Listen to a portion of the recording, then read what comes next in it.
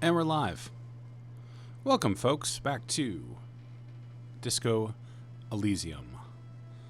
Stream part 2. Let's get into this thing. Let's really fuck it up. This is what Disco Elysium energy is.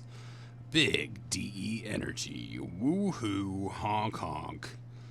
Horn noise, horn noise. No, that's not the vibe. That's not going to be the vibe. I don't know what the vibe is yet, but it won't be that. I assure you that the vibe will not be that. It might be worse, but it won't be that. All right, it is our second Disco Elysium stream. Let's see. Oh, wow. So, I'm checking my Twitch notifications. Celebrate Pooch Life with 30% off all Twitch dog merch through 8/28. Oh, man. Full price is rough, so fetch this deal while it lasts. Ah, nerds. I missed the dog merch. I don't have a dog, but I've met dogs. Perhaps this merch is the trick to bribing one into my service. All right. Disco Elysium Part 2. Previously on Disco Elysium, we woke up in a hotel room and made friends. Oh, my phone is repeating my voice back to me. We made friends with our necktie. And then a series of events happened in which I managed to get one of the rare achievements in the game, which is the one for making Lieutenant Kim the most disappointed and annoyed by you that he can be. Hi, Jack. We reached the rock bottom with Kim achievement, and that's depressing.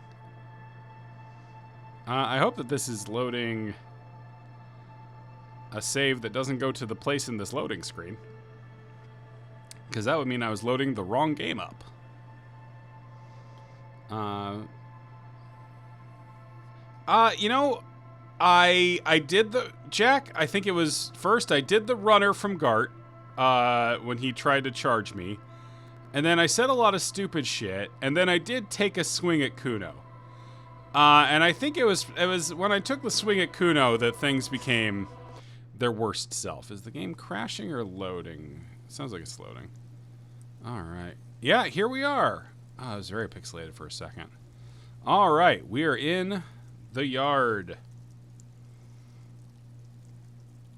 Let's check this dumpster. Letter R wears a crown. On the ribbon below, a light above descending. Yeah, Kuno, fuck him up!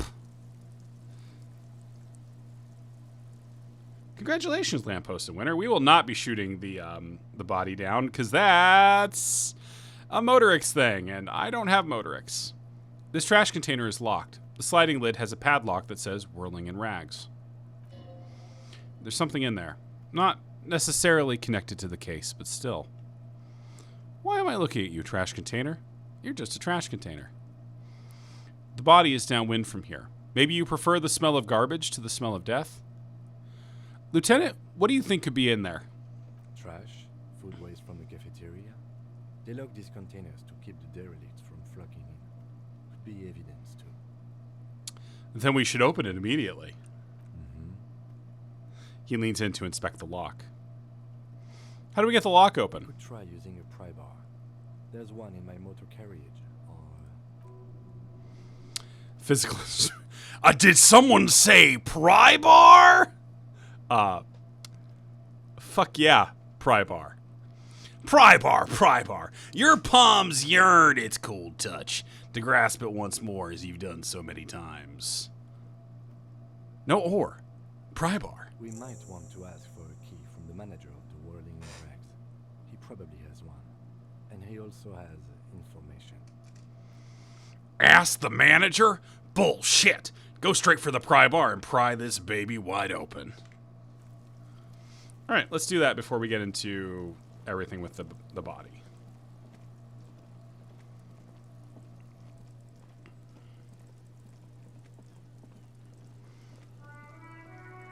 Oh, that sound. Oh, that sound is so good.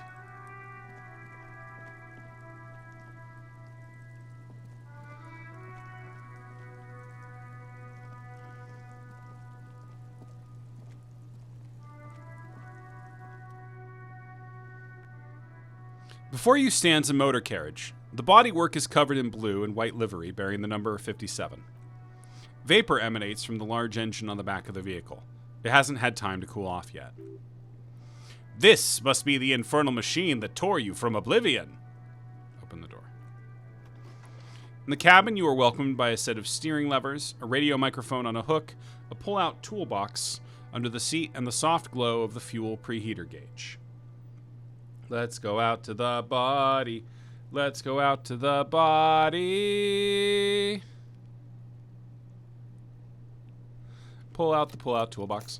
A metallic drawer slides out from under the seat and clicks into place. The tools inside are neatly organized. Take what you need, officer. It's going to be a long case.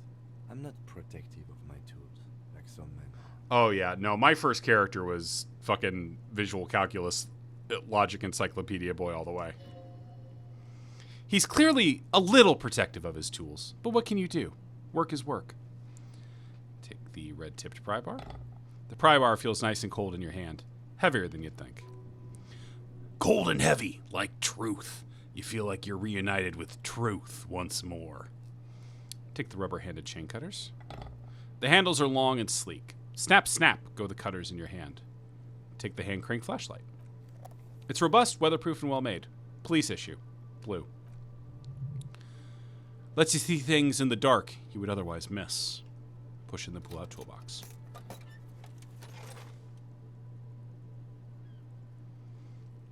Let's go out to the bayou and hang out with Gambit. This is the Kupris Kinema, my motor carriage.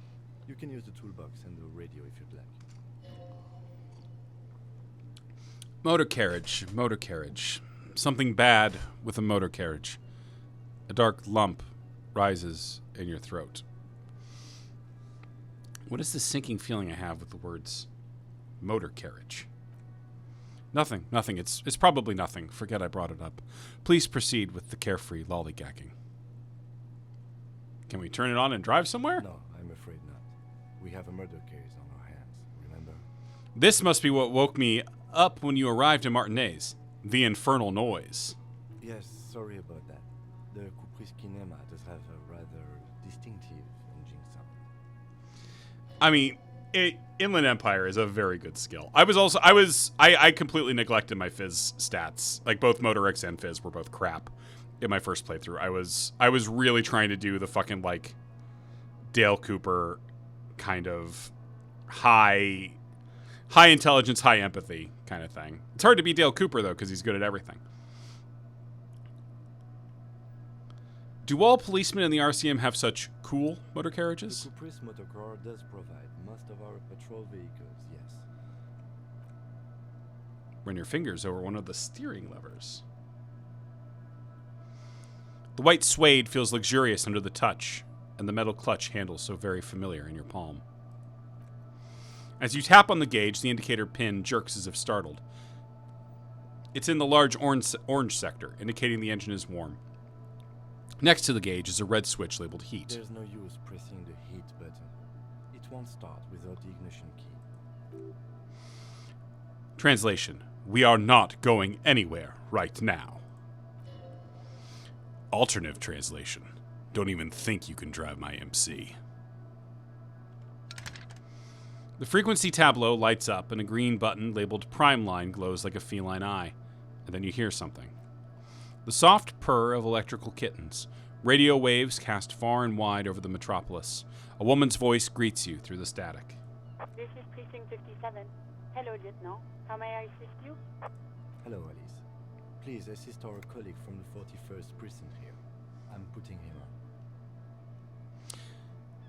Come in, Delta 10. This is Firewalker. Copy. This is Officer Alice Demetri, Precinct 57. How may I assist you? You could swear she was friendlier with the lieutenant.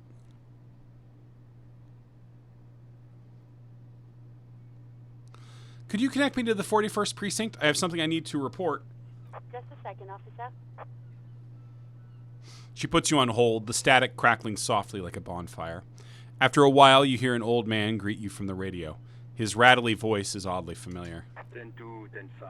This is 41st. Come in. Over. A scrawny old man sits in a dusty cubicle, smoking, with a large white rectangle sewn on his vest. In front of him is a box-shaped apparatus with an array of wires and antennas, the radio switchboard. Hi, this is me here. I work at your station? 10-4, what's your status? Over. It's not good. 10-18, 10-20, over. Please just talk human to me. These numbers mean nothing to me. State your message, sir. Over. I am in dire need of financial 10-4, assistance. I hear you. I don't have the authority to grant your request, but... Is it him? What does he want?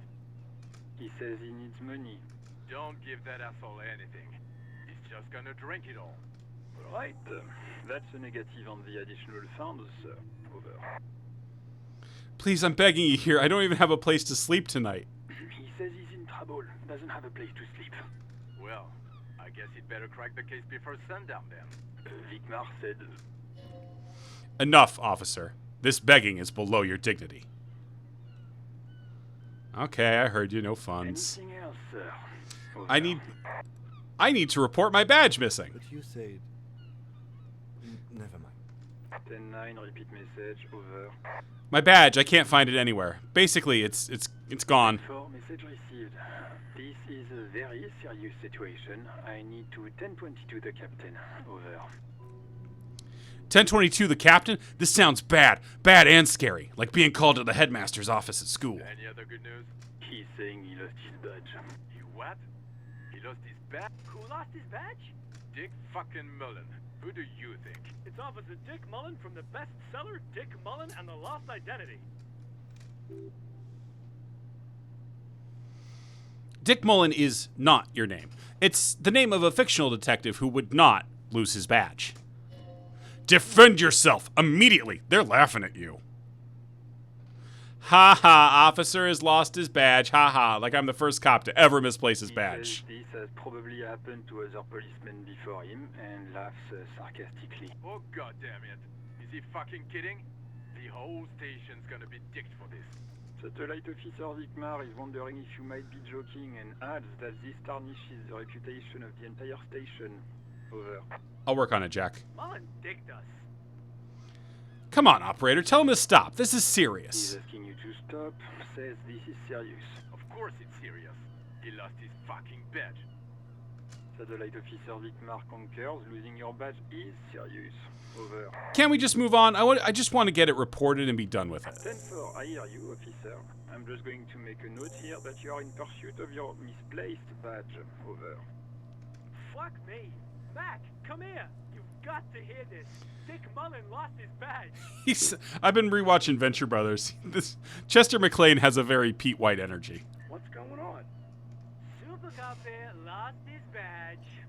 He lost his what? Hey, buddy. You lost your badge. His badge. He lost his goddamn fucking badge. Could you all please just stop saying lost his badge for a moment? You to please stop saying he lost his badge. Why? Did he find it? The room at the other end of the line erupts in volcanic laughter. Sergeant Orson was wondering if you found your badge yet. Over. You don't have a comeback. Sorry. It's hard to think like this. He's not replying. Looks like he's still looking for it.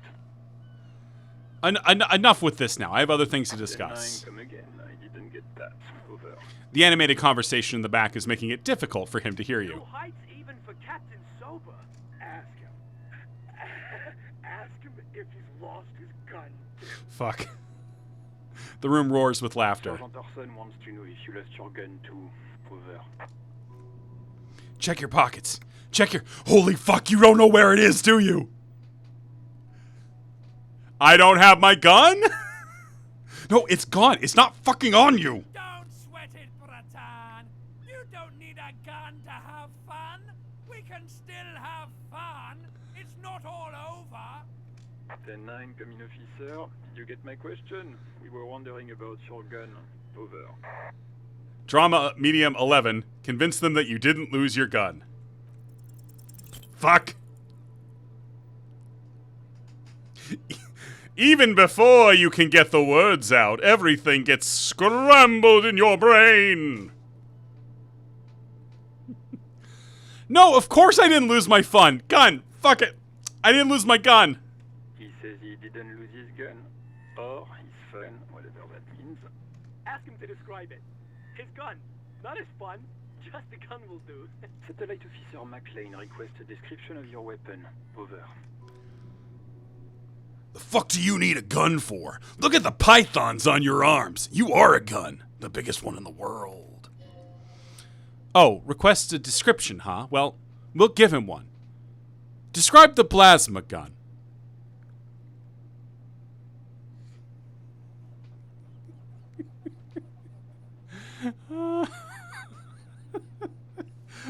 Fuck. I don't know which of these bad choices that my brain is feeding me to pick. I think I'm gonna go, I'm Fizz more than Psych. Trick question. I'm a martial artist. My entire body is one big gun. He says he's a living weapon. We are trying to trick him. Host in heaven. Did he lose his gun and his mind? Dear God, he lost his gun. Oh my, I can't. The man succumbs to laughter again. This isn't really a laughing matter. Mac can face a giant of Coco Nur by himself. But Disco hit him piss his pants. Oh, I can't. Fuck. He lost his ass, but he still got his wiener. I'm not going to. Ask him. Sergeant Person here is wondering if you are still in possession of your genitalia. Over. Now is a good time to say fuck Ed ass and so on. That'll make this all right. I left it at his mama's after I fucked her ass all night. Tell him that. That's a negative. I'm not going to say that. Over. What's he saying? Share with the class. He said he sodomized your mother. The prick ate Mama's vanilla waffles at the captain's birthday party. Some nerve he's got. Sure her vanilla waffles were the only thing he ate? Shut up, Chester. This isn't funny.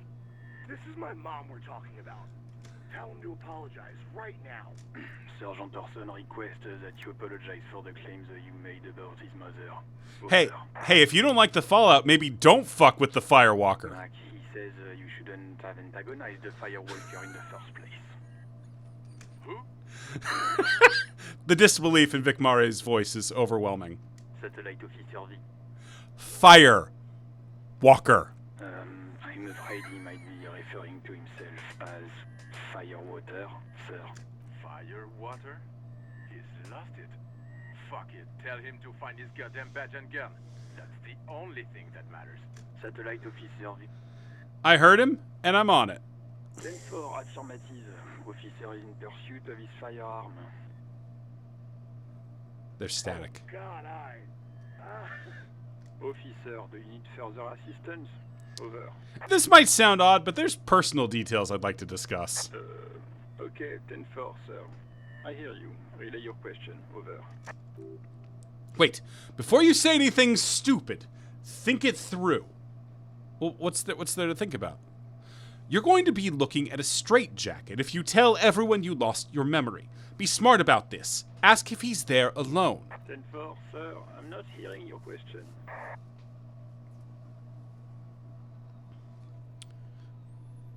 We're gonna do that number 2.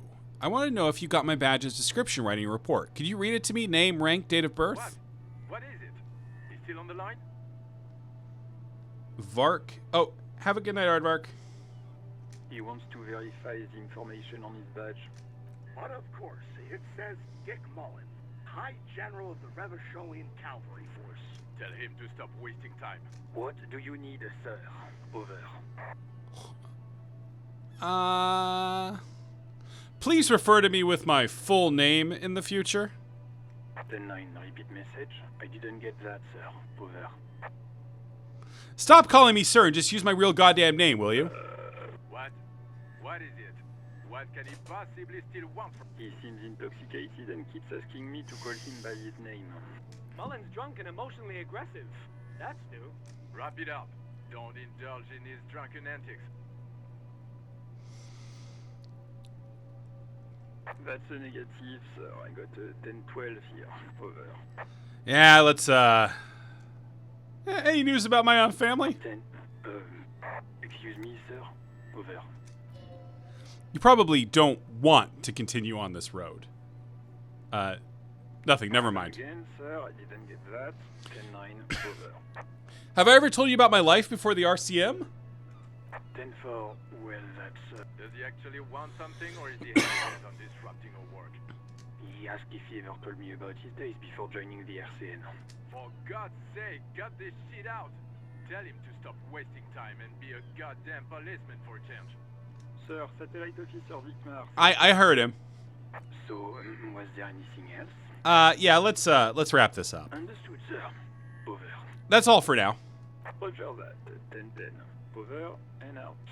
The static ends with a loud click. Then everything is silent in the captain.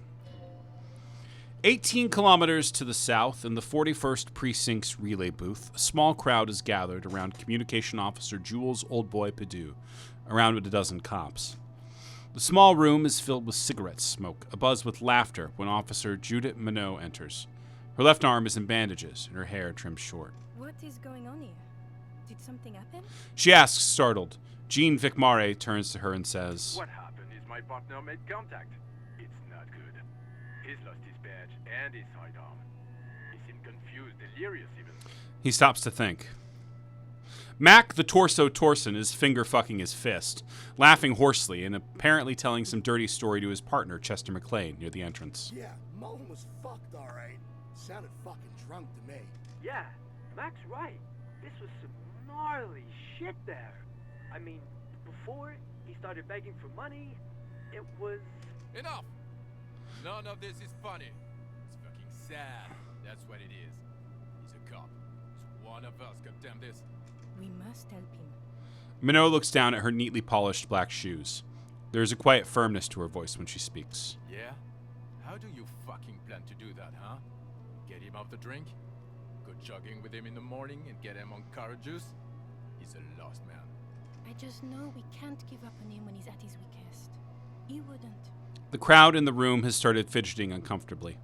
Someone's trying to slip out unnoticed. Mac, man the door. He gestures When he towards told an... Oh, me, sorry. I don't want to get better. I want to get worse. Those were his words. He sighs heavily and turns to address the room. This shit does not leave this room.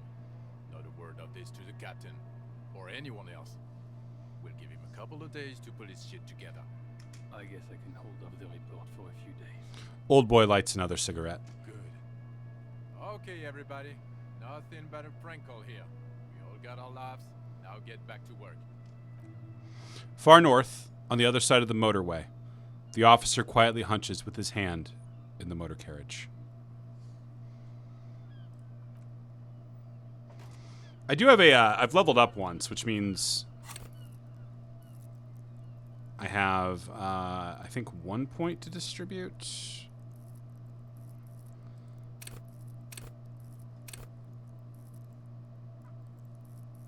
I kind of want to level up hand-eye coordination just because every now and then it matters. Like, these ones down in Motorix are going to fucking kill me. I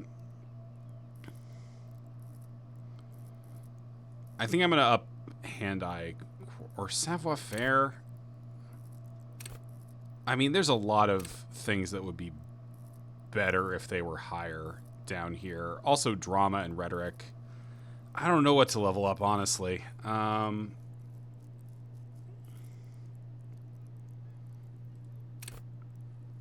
Perception, probably. Let's get perception slightly less crappy. Emphasize strengths, Hoonigan Neal says. Yeah, that's also a good point.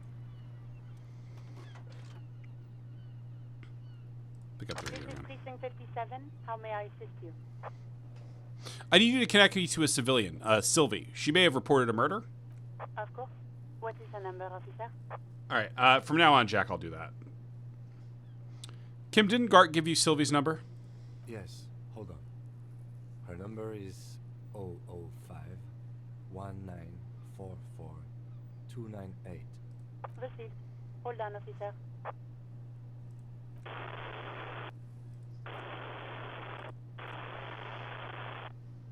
Start slapping a marching rhythm on your thighs. Give it a minute. She might be busy at the moment. Takes a bit to get to the phone. Officer, I have Sylvie Malaika on the line for you. Yes, hello?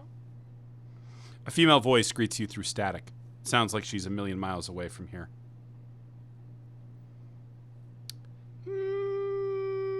Hello, this is the police calling. I have some questions for you about your last days at work. Oh, right. Hello, officer. What can I do for you? You can hear resentment in her tone. She's not thrilled to be talking to you again. There is no resentment in her tone. She wants you to ask her out. No question about it. You mean, why did I leave the bar? Honestly, I'm not really comfortable discussing it with you, sir. Okay. Did you leave because of Gart? What? No, why would you even think that?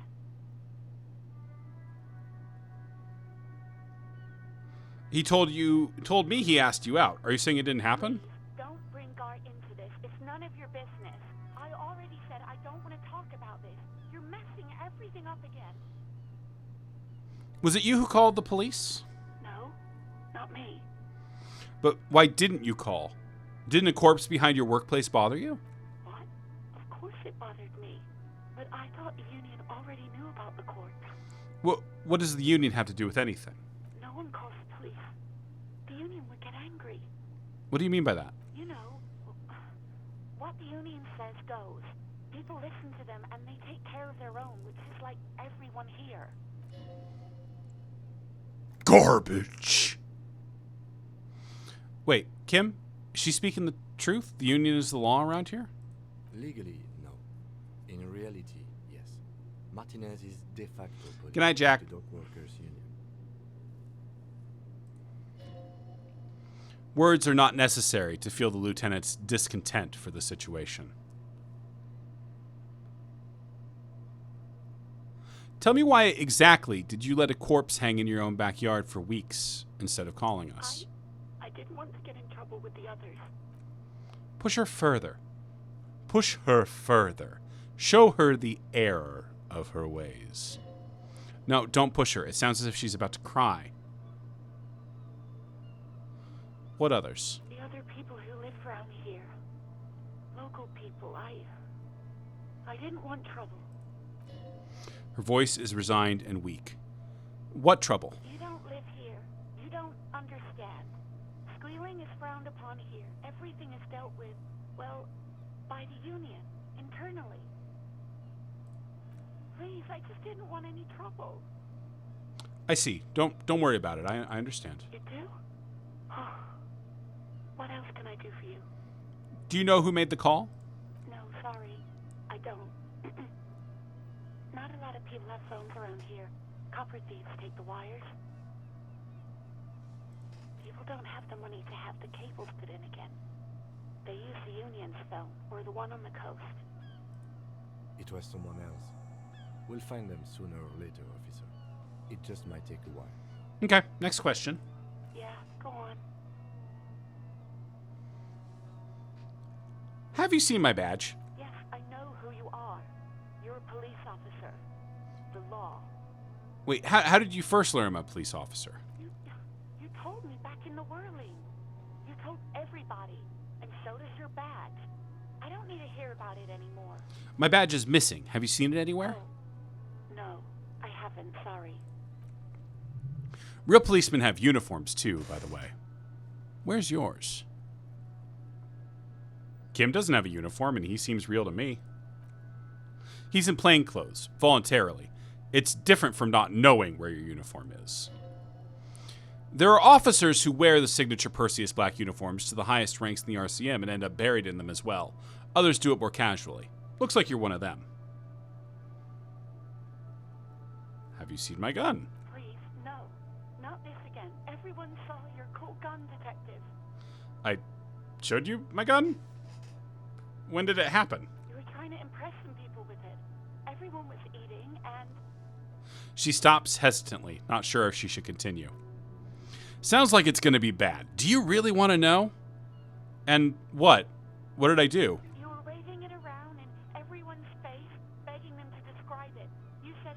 bombs you, and then you started making suicide jokes. Fuck. It got pretty graphic. No, Vin, I did not. Some poor sod was trying to eat his pudding while you were screaming, spit flying, imitating the mercy shot right next to him. Spat some in his food. I don't think he touched it after. People tried to back away from you or even slip out the door, but you screamed, "I am the goddamned law, and you have to listen to me. You are all suspects in a murder investigation."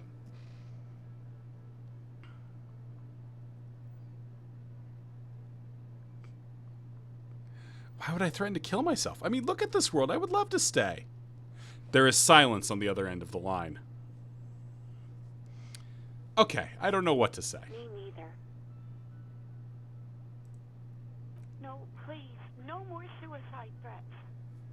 Thank God you don't have that stupid gun anymore. Yes, but what happened to my gun? No idea. All I know is next you were waving around money instead, saying things like big bucks cannot lie and guns can't buy money, but money can always buy guns. It almost looked like you pawned it. But believe me, I did not ask. Have you seen my policeman uniform? Uniform? I never saw you in any uniform. You had your things on. The disco things. Hey, do you want to grab a cup of coffee with me sometime? No, absolutely not. Morale's getting a little low. I think I got everything I need, thanks. I do hope so.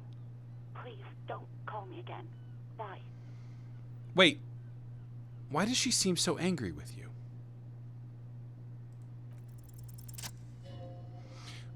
Yes, you have obviously done something to upset her at the Whirling in Rags when she was still working there.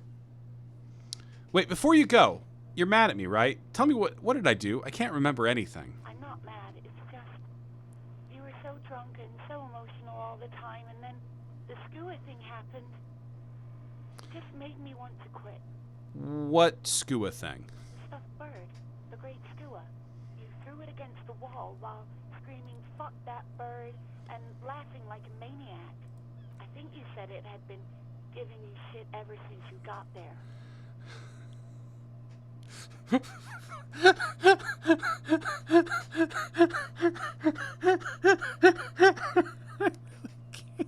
That sounds like me, all right. Didn't seem like you had fun doing it, though. So you're telling me that I was the one who made you want to quit? Bad luck to harm a seabird. Yes, obviously. You were the worst client I've ever seen. And I have seen so many assholes in this place.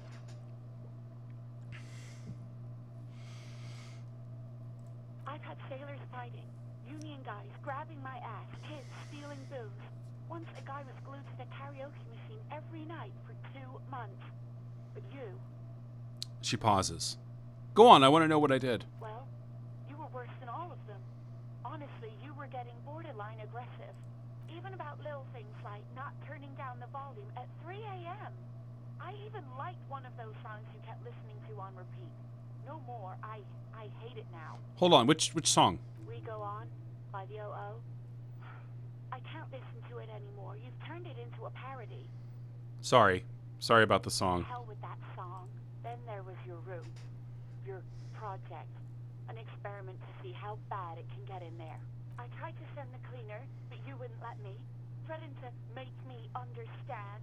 I had no idea what you meant, and I don't want to know. And then you screamed something about how you're a piece of shit human being, and why does anyone even let you work as a policeman? That you'd fire yourself, but you can't even do that. Sounds intense. And then I had to deal with your toilet. The one you clogged with police documents, causing water damage downstairs in the kitchen.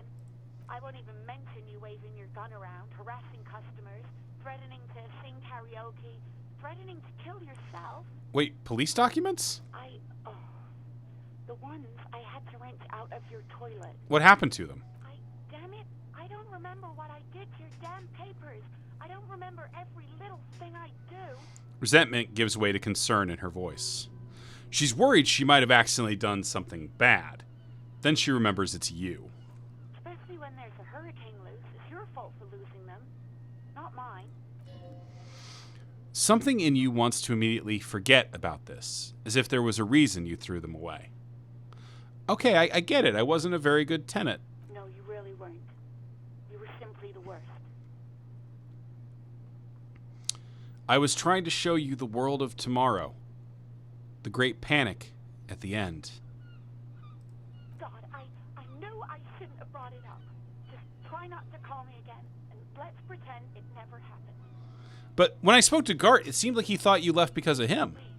Really? No, this is absolutely not true. I like Gart.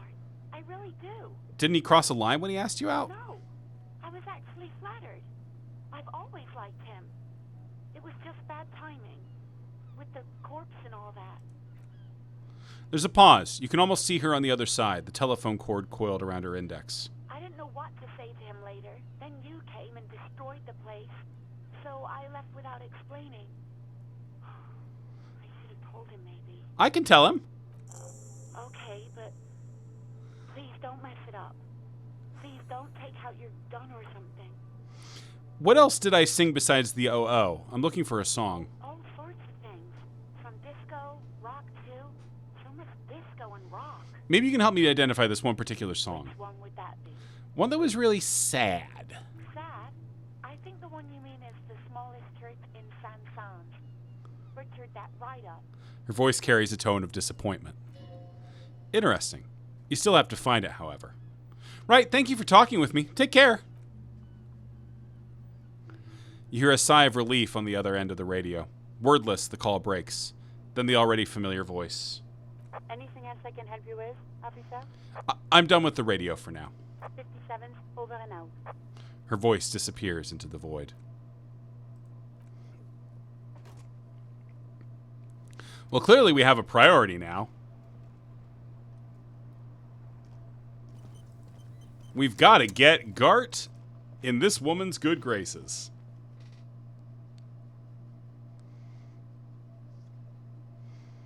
I forgot you can buy new thought cabinet slots. Or forget old thoughts with skill points. The future is yours with skill points. Are you feeling run down, sad, deranged? Try skill points. They'll get you going. Oh, we can go talk to the cook in a minute. Can I help you? Is the trash container out back yours? Mine? No, it belongs to the Whirling in Rags. Thank you for clearing that up. Why do you keep the container locked? Why? To keep the hobos and drunks out. That's why. And the neighbors too. They put their trash there and they don't pay for the garbage company. I thought as much. And are you the only party with access to the trash container? Well, yes. Us and the garbage disposal company. Seems a little callous, doesn't it? Something stirs in you. I wonder what this feeling is. No, it doesn't. Nothing stirs in me, and it isn't callous. It's common sense. Prod at him and find out. Doesn't it seem callous to you? Guarding even your leftovers from the poor? Callous? What are you? Kras Mazov? Almost all establishments and yes, we can, Vin. Trash locked. The Whirling in Rags is not special in that regard. Let me hop into OBS and pod up the desktop audio. Let me know if that how that feels. Krasmazov, nom de guerre, was an economist and a historical materialist. He was a leading figure on the Grodd side of the Centennial Revolution, where he headed the 11-day government. Mazov is considered the father of scientific communism. Mazovian thought, or Mazovianism. Yum yum, tell me more. Oh fuck, those are both good. Maybe I am Krasmazov? He killed himself. Maybe I am Krasmazov? What are we talking about? Was this not about the trash container? No, wait. What if I am Krasmazov? We should return to the case of your mistaken identity at a later time, officer. This was about the trash container.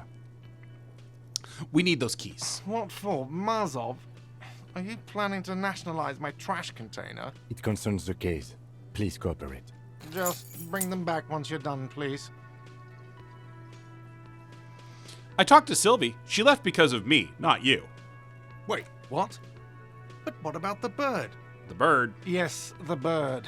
I found it lying on the floor with a broken wing the morning she left. She didn't break it, I did. I threw it against the wall. You broke the skewer. I assure you it was him. It's as if he can't decide whether to be angry or relieved that it was you. Again. Why on earth did you have to break the skewer? You tell me. I can't believe it. I was so sure it was Sylvie. Even worse, I thought she was trying to send me a message. Symbol of hope and all. That bird ain't no symbol of hope. It's a menace and a traitor. All right. Did she say anything else? About me, you know? Did she say anything about me? She said she was flattered. It was just a bad timing. Really? I should give her a call then. The man doesn't know what to say. He wipes his brow and stares at the counter. Thanks, I guess. Was there anything else you wanted, or...? I've seen something here at the Whirling Gart, a thing I need to talk about. What thing? I saw a sign that said the mess hall is reserved for the Union. Yes, not the whole damn Union, thank God. Just the nastiest and loudest faction. He tosses his head in disdain. They come here in the evenings. Dumb, unruly types. Think they're big shit. But they're good customers. They place big orders and always pay on time. He hates the Union, but grudgingly recognizes its power over him. So he's directing his frustration at you instead. Retaliate.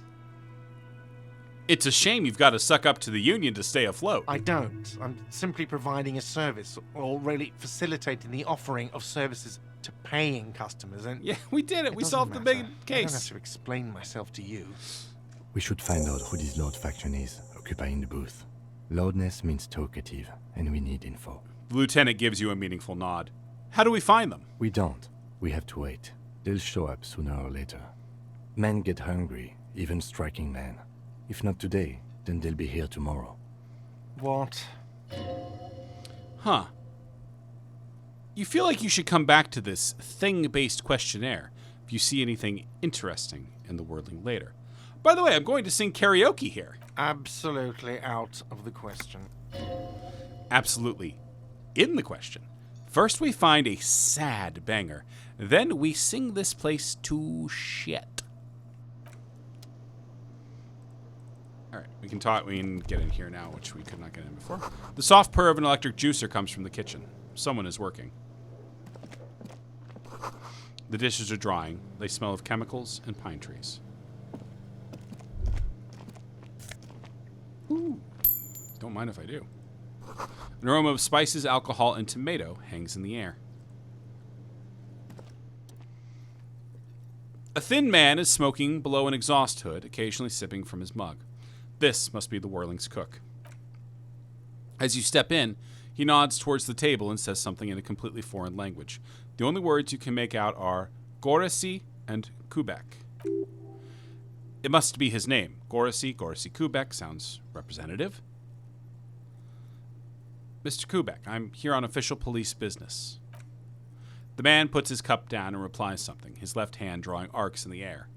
You've got some impressive pots there. He smiles and bangs his ladle against each of his pots in turn. I don't think I need anything else. Stay masculine.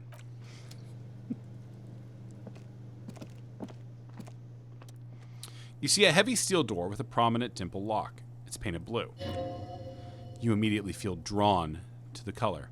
Blue is for mystery. Touch the door. The cobalt blue surface feels rough to touch. The stainless steel door is flush with its frame on every side. Try to push on the door. The door does not budge. I wonder where this door leads. You do? It's a door in the back of the kitchen. Why do you care where it leads? I am drawn to its cobalt blue. It is quite pretty.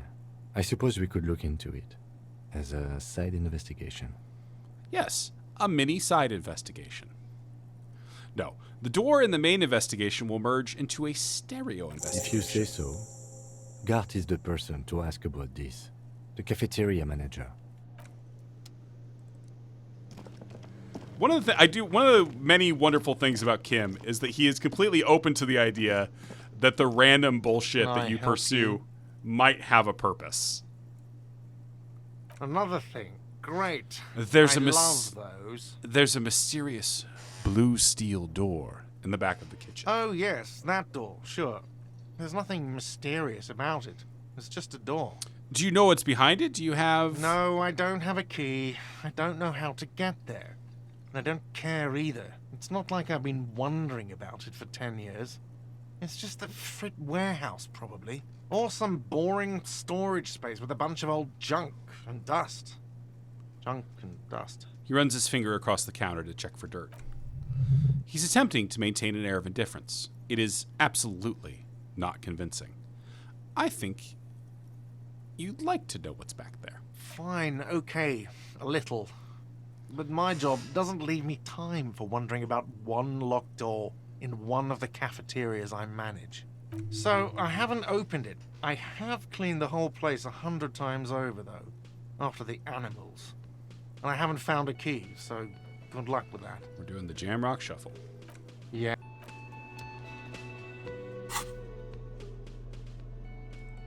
Put on a pry bar.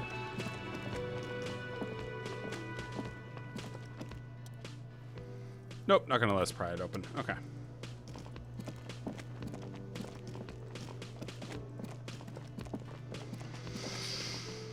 Wait, was that guy new? Was there a new guy? There's a new guy in there.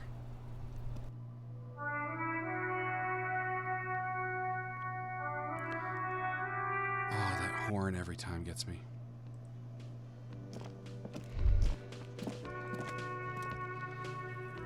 That sugary black rum stain on the counter makes you teary-eyed with joy. It's almost touching how syrupy and sticky it is. How long have you been up already? 2 hours? An hour would have been bad. 2 hours is mystical. You have truly wiped out all trace of yourself if you haven't thought about rum and lemonade yet. Actually, should I be thinking about this? Looks like drinking hasn't turned out too well for me. Maybe you haven't turned out well for your drinking. Have you thought about that? Get a goddamn rum and lemonade into yourself, boy. Or better yet, lick that stain off the counter.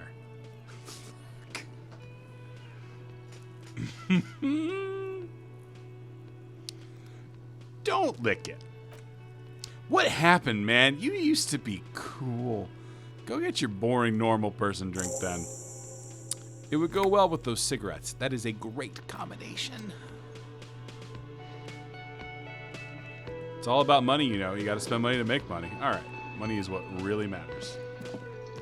God, it's very tempting to pick the worst option. This is a game that makes it so easy to pick the really bad options because they're so funny and weird. Like, I would genuinely really like to have picked Lick It, but just a little.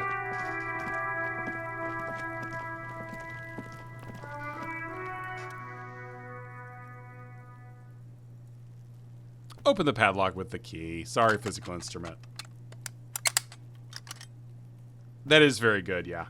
Yes, okay, fine. Using the mechanics of an uncompleted quest to, like, simulate wanting to get a drink. With the well-oiled crack, the lock pops open. It should now be possible to simply raise the lid. Don't. Maybe you shouldn't? Didn't I just have a premonition that there's something in there? There is, but you won't like it. Sweat forms on your brow. Your hand is still on the lid. Open the lid. The smell of rotten food rises to greet you. You see soggy cartons, dirty rags, and organic waste. We're just in time. This hasn't been emptied for over a week. Look under the boxes of carton. You see milk, an egg rest with one broken egg in it, some pasta wrapper. Picking up the soggy packages somehow feels familiar.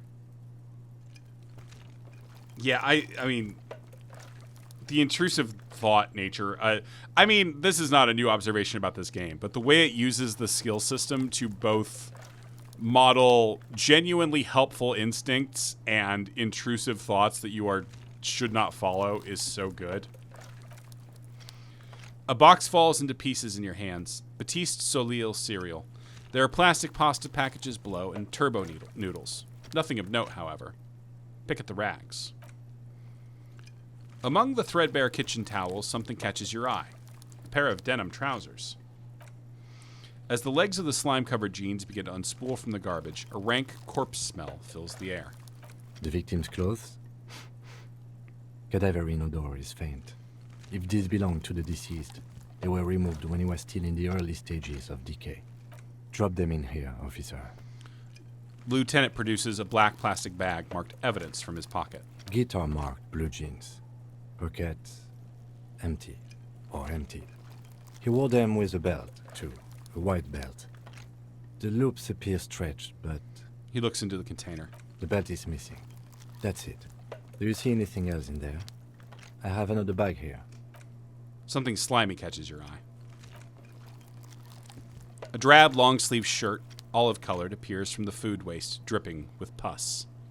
This is a military-type overgarment. No label or serial number. This is the kind of rib-knit shirt that's worn over light armor to conceal it in an urban scenario. Anything more? Lamppost says, I succeeded a passive hand-eye check that made it so my only dialogue option was Rudy Tooty Pointy Shooty. It's great. I was thinking of something fucking stupid than being unable to stop yourself saying it. The fucking phone call. We're gonna do the phone call, believe me. The rest of the rags are just kitchen variety waste. A yellow old mug that catches your eye, but other than that, a thrown-out towel, a mug, that's all. All right. We should go to Gart again and ask if he knows who put the clothes in the trash. It could be as simple as someone from the hostel cleaning the yard. Or that one. I'd advise against confronting that force. Yeah, we need to ask the kids who put them here. The fuck's he on about? Kids?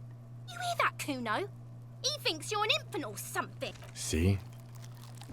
You think someone from the Whirling might have been involved, maybe? Not really. All we know is the victim's clothes are in the trash. The lid was locked, and his establishment had the key. It's just a small loose thread. Okay. It's just organic waste, cold and slimy on your hands. Apple and potato peels mostly, unidentified sludge, and the occasional chicken bone thrown in for good measure. But hey, nothing. It's nothing. Nothing more to see here. What's this? What? A blue piece of plastic sticks out from the apple peels. It's shiny. Looks like the corner of something. Something larger, a clipboard. A blue plastic clipboard with moist papers hanging from it. They look badly damaged, but you can still make out forms and notes, written in a man's handwriting. Officer, is that your paperwork? I don't know what this is. It is. Look, the plastic has the RCM street grid on it. You've even got an autopsy form in there. A miserable-looking slip of paper sticks to the board. If you don't mind my asking, how could you have let your paperwork end up in the trash? It has a foreboding quality to it. Maybe I needed to lose it, for the great bloodletting to begin. What are you talking about? I spaketh the tongue. Doeth thou also thorough inventories? You should take stock of your notes. Make sure it's all there. Official notes contain informants' names. If some of it has fallen into the hands of the RCM's adversaries, bloodletting may well ensue. Okay. Fuck. I don't know, man. Sounds like an order. I don't take those. I'll do that. It would also not hurt to start taking notes on the case. Now, tell me what your eagle eyes see. Or are we finished? The mug. I'm getting that mug, too. You pick out a broken mug with an oddly racist depiction of the yellow man frolicking in saffron. An antique? Only in its social sensibility. Mm-hmm. The officer briefly glances at the mug, then returns his sight to the trash. Close the lid.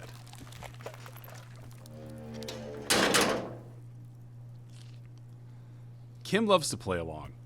That's one thing off the list. I think we got it all. Tremble. The time is now. Teoa! What time? Time for the show. For Taoa. The hallowed time of fear and disintegration. A countdown has begun. All will collapse in on itself. The world will disappear into a single grain of blackness. All sound will be muted. All life will scream. Ta'awa? What's that? That's a lot of Greek that I don't know. Wait, when did this countdown begin? Monday morning, the moment you arrived in this reality. You are the first crack in the sheer face of God. From you, it will spread. This is because of the insane world ending I've been saying, isn't it? Yes, you spoke the words of the blah, blah, blah, and the houses of Pericarnassus. Items, people, even words will tumble. All will lose its meaning in the coming years. That is why you marked yourself. Am I sure it's not just a joke? Or some kind of coping mechanism? It's totally also a coping mechanism. I'm a little afraid. So you should be. The world island crumbles at your feet and in the far plain. Perhaps, just a thought, this has something to do with the hangover? I do think the world might end soon. Check out Half-Life's picture and then talk to Kuno. Is Kuno Half-Life? Thought gained. Cop of the apocalypse. The face of the woman fractures. There will be herd killing. We all become vapor.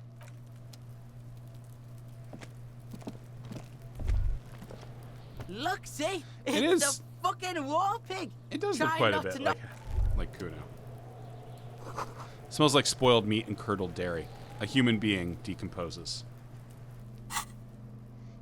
Item interactables. Obviously, this is the important thing to look at first. This broken-eared mug somehow made its way into the Whirling in Rags dumpster. It depicts a person of Samaran descent frolicking in a field of saffron flowers, buck-toothed and grinning feeble-mindedly. It seems to be a cheap knockoff of some colonial-era antique. It's just a racist mug. What's there to read here? Not much. There's quite a lot to read into here, actually. Look at all that content. Oh, boy. Here we go.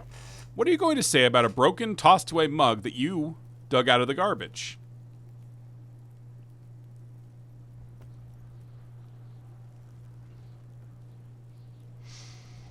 Fuck. The mug will be useful. By denouncing it, I can earn political capital to mask my badass hustling, i.e. fraud and embezzlement. This mug is an example of prejudice. I'm going to use it as an example of what not to do. But it was in the trash. Why not just call it out when you see it? Or do some volunteering work. Just finish your case, detective.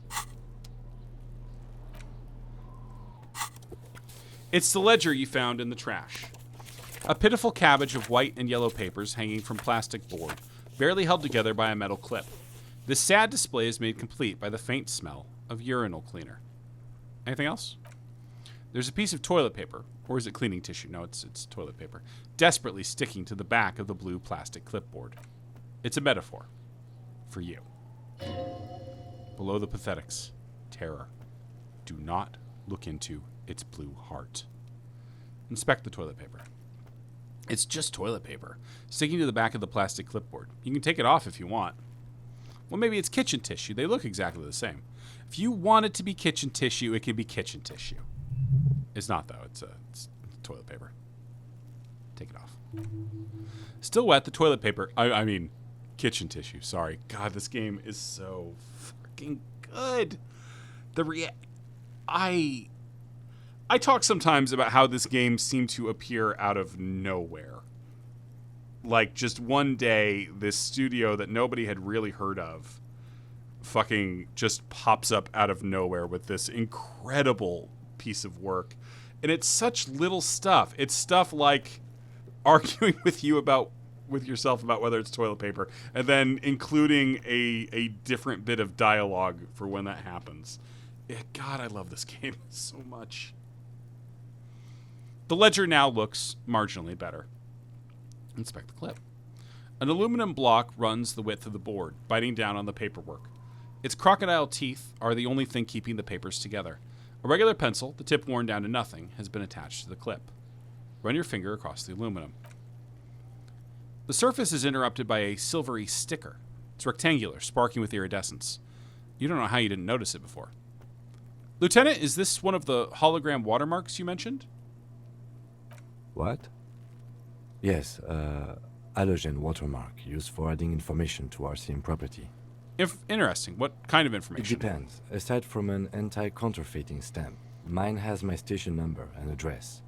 The information varies by date of issue. How many years you've been on the force, he's thinking. It'll have that. Your kill count. Yours will surely have your kill count. How can I read it? Any capable light with the right wavelength will do. Like, for example... All RCM vehicles have headlights designed to reveal halogen watermarks. Mine too. The lieutenant fears this will lead to fiddling with the delicate folding headlights on his motor carriage. They're dear to him. Okay. Browse the white papers. They're not exactly white. They're yellowed in patches by sunlight and alcohol and covered in dense blue handwriting. Ink escapes into watercolor patterns, reaching its tendrils across entire pages. The paper itself is checkered with faint red lines, forming short paragraphs. Once in a while, there's a red stamp that exclaims, "Case files, commit to paper." The case files themselves are plenty. You count more than 100 sodden, crumpled up, earmarked pages falling apart in your hands. They appear to be sufficiently organized and extremely dense, if mostly illegible. What's in there? What are they about? Work, strife, poverty, the Jamrock Quarter. These are handwritten logs of investigations dating back to January 51 this year. The exact number is hard to estimate due to missing pages and an odd naming convention, but there are at least 20, maybe 30 cases. Undertaken, not completed, mind you. It's the middle of March. You have attempted 2 cases a week on average. Is 2 cases a week a good caseload, Lieutenant? Huh? 2 complex cases to undertake is a lot, yes. You really have to push yourself. I would not suggest it, lest you start making mistakes. 2 cases a week appears to have been my load, Lieutenant. I'm not sure I completed them, though. 2? That's a lot. I didn't mean to say you are making mistakes, by the way. That was presumptuous of me. I burned out all right. That's okay. We all do, sooner or later. There was mention of a naming convention? Yes, it appears you employ a, shall we say, robust yet literary system. Each investigation has its case number written on the margins. Yet still more tellingly, most are accompanied by a name. Oh my, and they're written in capital letters, too. Yes, all caps. One is called The Next World Mural. Another, The Square Bullet Hole Murders. Another yet, The Unsolvable Case. More? Others appear more lighthearted. The Guys on a Couch in an Unexpected Location, and The Murder at the Hookah Parlor. Even the rare article-free Collapsing Tenement. Murder features prominently throughout. You like this grimy murdering, don't you? Wish there was one in there about a drug den. You love those. Gets the blood pumping. It's going to take an effort to piece these case files together, but it can be done. Later, once you're done inspecting them up close. Kim, my cases appear to employ some kind of naming convention? You mean the alphanumeric? Officer, precinct, time of arrival at the scene? No, I mean a non-numeric one, with titles. Oh, you mean the titular? Yes, well, so do I. In our defense, almost everyone in the RCM does. Why is that? It's a holdover from the early days of the RCM, right after the revolution, when the organization had little idea how to do things. It persists in an unofficial capacity. Officers use these titles to refer to their work among themselves. I seem to have named a case The Square Bullet Hole Murders. Again, in your defense, I seem to have named one The Man with the Hole in His Head. That was a real person. His death was real. Still, I named it that, to amuse myself. I pray his loved ones never find out. What happened to him? Rail spiked through the head. He died. It was a workplace accident. Count the pages. I have to open an official case. Is there room? There is, for precisely one more. 15 pages near the end remain untouched by the damage. The checkered grid forms a structure of passage, breaking the case into subtasks to accomplish. Commit to paper. The tasks you've completed flow out of the pen in a brash freehand similar to the rest of the letters. The wording comes easily. It's almost robotically simple, a language developed for mental rigor and simplicity. Inspect victim's body. Interview the cafeteria manager. Cross out the ones you've already finished. A satisfying slash sounds across the paper. You've done it, it seems to say. You're done, it seems to say. And you. And you. And a fuck you to you too. That last one cuts a slash right through the paper. Things to be done and things already done. The composition of reality. This is an extremely useful tool for a detective of the Citizens Militia. Now all that remains is to name the case. Lieutenant, have you by any chance named our case? No, actually. Any ideas? The Furies are at home in the mirror. Furies? Yes, well, I don't know. I have to be honest, I'm not experiencing the internal strife that it refers to. And also, could you make it less poetic somehow? Just a normal case name, you know? Think, what would that be? A good normal name. The Hanged Man. Great. That's great. That's actually what I was thinking too. The Hanged Man. Good, strong name. We have a very good name for the case now. I'm going to start calling it the Hanged Man. It's good we sorted this out. Fucking Kim.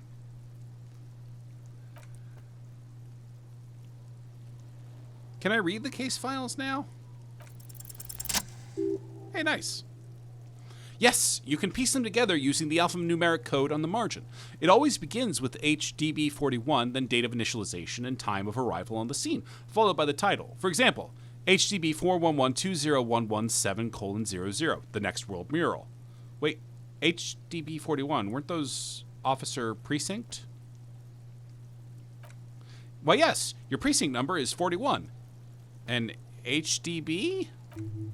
Every last alphanumeric in the files begins with it. And these are your case files. It's safe to say HDB are your initials. I think what you meant to say was RAC. Raphael Ambrosius Cousteau. No, the alphanumeric begins with HDB. Good. How long does it take to read one of these Raphael stamped cases? Fine. It takes about half an hour for you to piece one together, Mr. Raphael. Which one do you want? We'll revisit this at another time.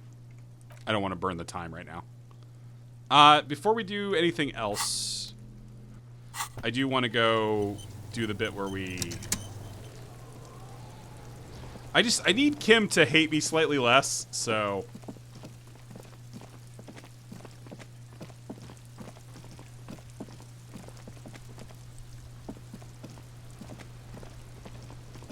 Hunky dork biscuit. I'm a hot dog boy. Kim, how do I turn on the headlights? All right. Ready? I turn, you press start. It's next to the preheater. He's downplaying his excitement. The lieutenant is more than happy to show off his precious carriage. The dashboard lights up with orange glow. Fuck, that is a good sound word. The rounds per minute gauge jumps, and the engine of the Caprice Kinema comes to life with a whiny growl. Press the button labeled headlights. The lights unfold with a little click, casting electrical light onto the ground before the vehicle. There you go. I'll turn them off from the remote once you're done. We just need to stand in front of the machine now.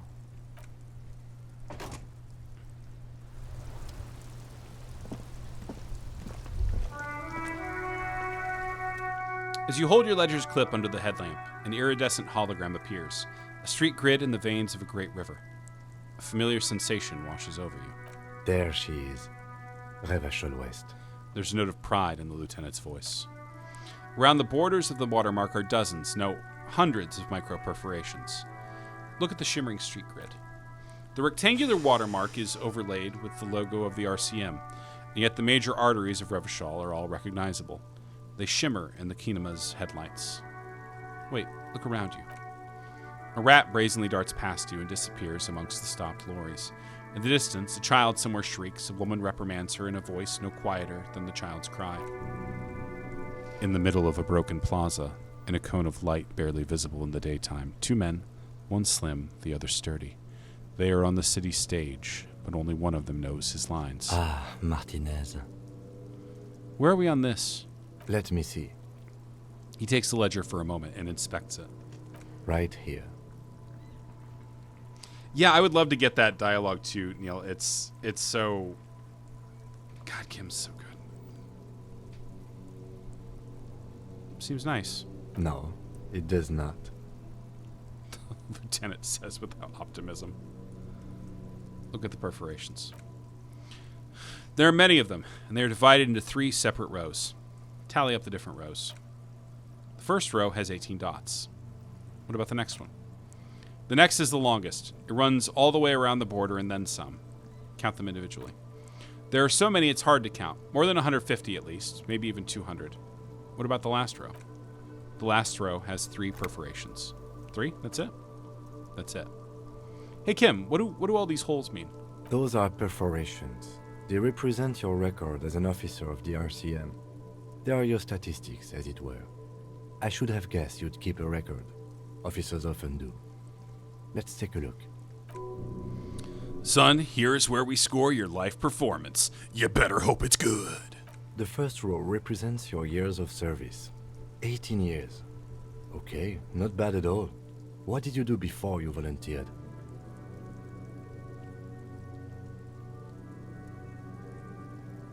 Wait, 18 years I've done this? That's what it says. I might have guessed even longer based on your age. What did you do all those blissful years of your youth? Do you really think I have any idea? No, I should do the apocalypse thing. I walked the land telling whores and liars of the end to come. There are 9,855 days remaining. Cool. I'm glad you joined us. Not a lot of money in doom crying. Let's move on, shall we? This next row, the one that wraps all the way around, is your number of closed cases. Closed is good. It means finished. You've got, let's see, wow, more than 200. Is that a lot? It's quite a lot, even for someone who's been on the force for nearly 2 decades. Usually, clearing more than 10 cases a year puts you in the 90th percentile of all RCM officers. God, the super cop stuff is good too, but I used to be good. That's some solace, I guess. What's the last number? Right. Those are your confirmed kills. You've got precisely 3 perforations there. Confirmed kills? That sounds pretty evil. A drink would soften that feeling. So I'm a killer. That's right. A killer of humans. For an RCM officer, especially Precinct 41, which is in the Jamrock quarter, it's rather tame. I mean that in a good way. There are certain officers who treat their kills like some kind of ghoulish game. If they do happen to solve a case, it's usually by accident. It's obvious the lieutenant doesn't think very highly of those officers. But it seems as though you are, or at least were, one of the good ones. So we have that to be thankful for. He's sincerely glad you're not a scary predator. Not to say relieved you're competent. Have you ever killed anyone, Kim? Yes. He says, declining to elaborate. It's not a problem for him to state it, however. How do you handle the strain? Everyone has their own method of coping. Some more effective or self-destructive than others. He gives you a meaningful look. Personally, I find it helps to keep up a few hobbies. Like what? Oh, this and that. Let's not get into it now. Maybe I should find a hobby. Anything's better than annihilating yourself with drugs and alcohol. It's meant in earnest. Please, don't mistake it for a jab. Okay, let's go. Right. I'll go turn off the lights. He presses a remote control on the key. You can now see your statistics on your journal page, to the right of your task description. Alright, I was still looking through the ledger.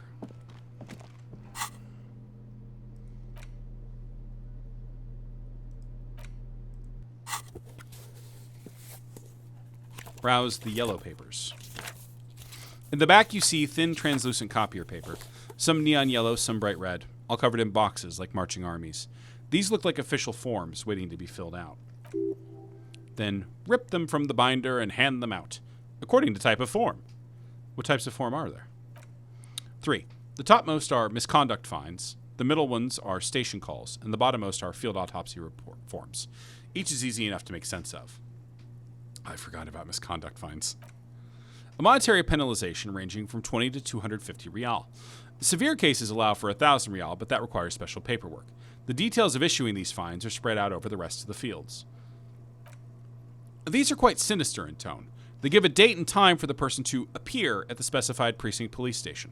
Below the call are the criminal charges you risk by not appearing, and field autopsy. A dozen pages of thin copy paper, bright red in color. You see the parameters of a deceased human form waiting to be filled in. Age, sex, condition of internal organs. Color of the irises, predation marks, condition of sexual organs. So yeah, misconduct fines, I am reasonably sure that opens the option to occasionally threaten people with fines to extort money from them. Yes, all that remains now is to fill these forms and hand them to people. Fines for wrongdoers, interview requests for bad guys, and field autopsies to dead guys. The rest of the stinking cellulose is much worse for wear. Being sandwiched between the board and the rest of the paperwork must have spared the fragile copier paper. Look at the clipboard. It's made of dark blue plastic hard enough to beat someone to submission with. The edges are rounded, however. The U4-sized board feels thick and heavy in your hand. Light shimmers on its wet surface. On the back you see the embossed letters, RCM. What did you say the color was? Blue. The blue heart. Don't look into it. Shake the ledger. Something rattles inside ever so lightly. Is there a hidden compartment? The plastic shimmers like lapis lazuli, but it is not see-through. You cannot see to its center. There's paint in there if you want some. That much you know. How would I open it? With your hands? U4-sized pages hang from the clip screwed to the top of the board. We'll try it. Failure. It's a white. Is not what you end up doing. You squeeze the plastic to slide it open, but nothing happens. Then you bend it some, then crack it. The goddamn thing is stuck. A hot flash of rage comes over you for a moment there before it recedes. You feel as though you might just squeeze a tear of anger out of your duct. Makes you wonder, why? It's unjust, that's why. You can't even get to that thing anymore. Always good. Always good. I'm taking a hit to it from Lonesome Long Way Home. The acidic stench of rotting food has rubbed off on the cellulose. It now forms the base of the experience. This is base surrounded by a faint air of spoiled meat, the stuff of death itself, and then sprinkled liberally with the citrus zest of toilet cleaner.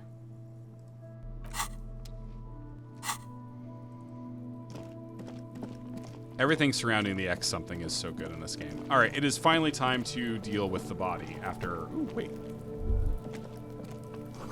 The lattice for kids. It wouldn't hold the weight of a grown man. Someone is trying to grow herbs in this greenhouse. Ooh, hello. Is that some magnesium? Hello.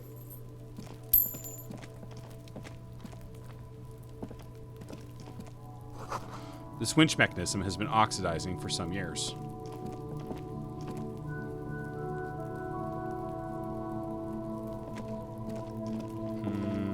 Nope, not from this direction. Pile of Eternite. An inconspicuous pile of the roofing material, Eternite. Why am I looking at this pile of the roofing material? Because it's nice and orderly. Well-laid palette. Easy on the eyes. No, there's more to this. You get this strange feeling. What feeling? Hard to say. It's gone now. Feelings pass, you see. Especially the small ones.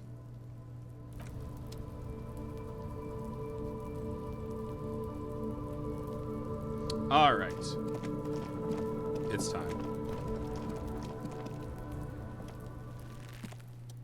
Have I done my thought? Did my thought cabinet finish? Did Lonesome Long Way Home finish? Oh, it's at 90%.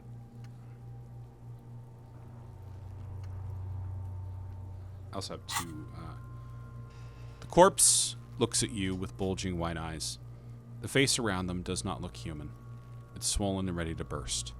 His lips are fish-like, and his tongue like a ball gag in his mouth. You seem to be holding your breath. A cargo belt twists his neck at an unnatural angle. The body below appears stiff. It's letting out an ungodly rot. The smell seeps in even through your clenched nostrils. Let go of your nose without throwing up. The smell is repulsive. It pushes in from your mouth, more instant and more familiar than anything you'd expected. More fever than odor. It fills your mind, flushing you from within. Try to walk away.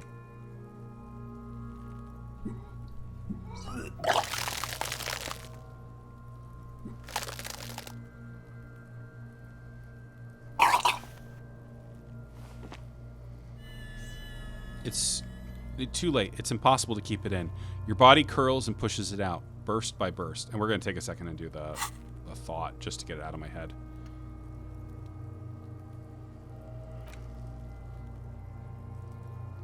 Can I do it in the middle? Looks like no. Never mind. Too late. It's impossible.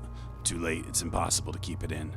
Your body curls and pushes it out, burst by burst, until a pool of vomit lies under your feet and your throat stings from the stomach acid. I'm sorry. It's okay. Happens to everyone. Keep it. Thanks. The hangover is clearly making this worse for you. You could use some ammonia to clear your head. You think ammonia will help? If you can handle the headache. Some officers use it to deal with cadaverine odor. But not you? I can't handle the headache. It's more likely he can handle the smell. Unlike you. There is Frit nearby, east of the hostel. They usually have a small apothecary. If they don't, there's a greenhouse here, and a gardener with a wheelbarrow on the corner of the whirling in rags. If she works here, she might have something for the smell.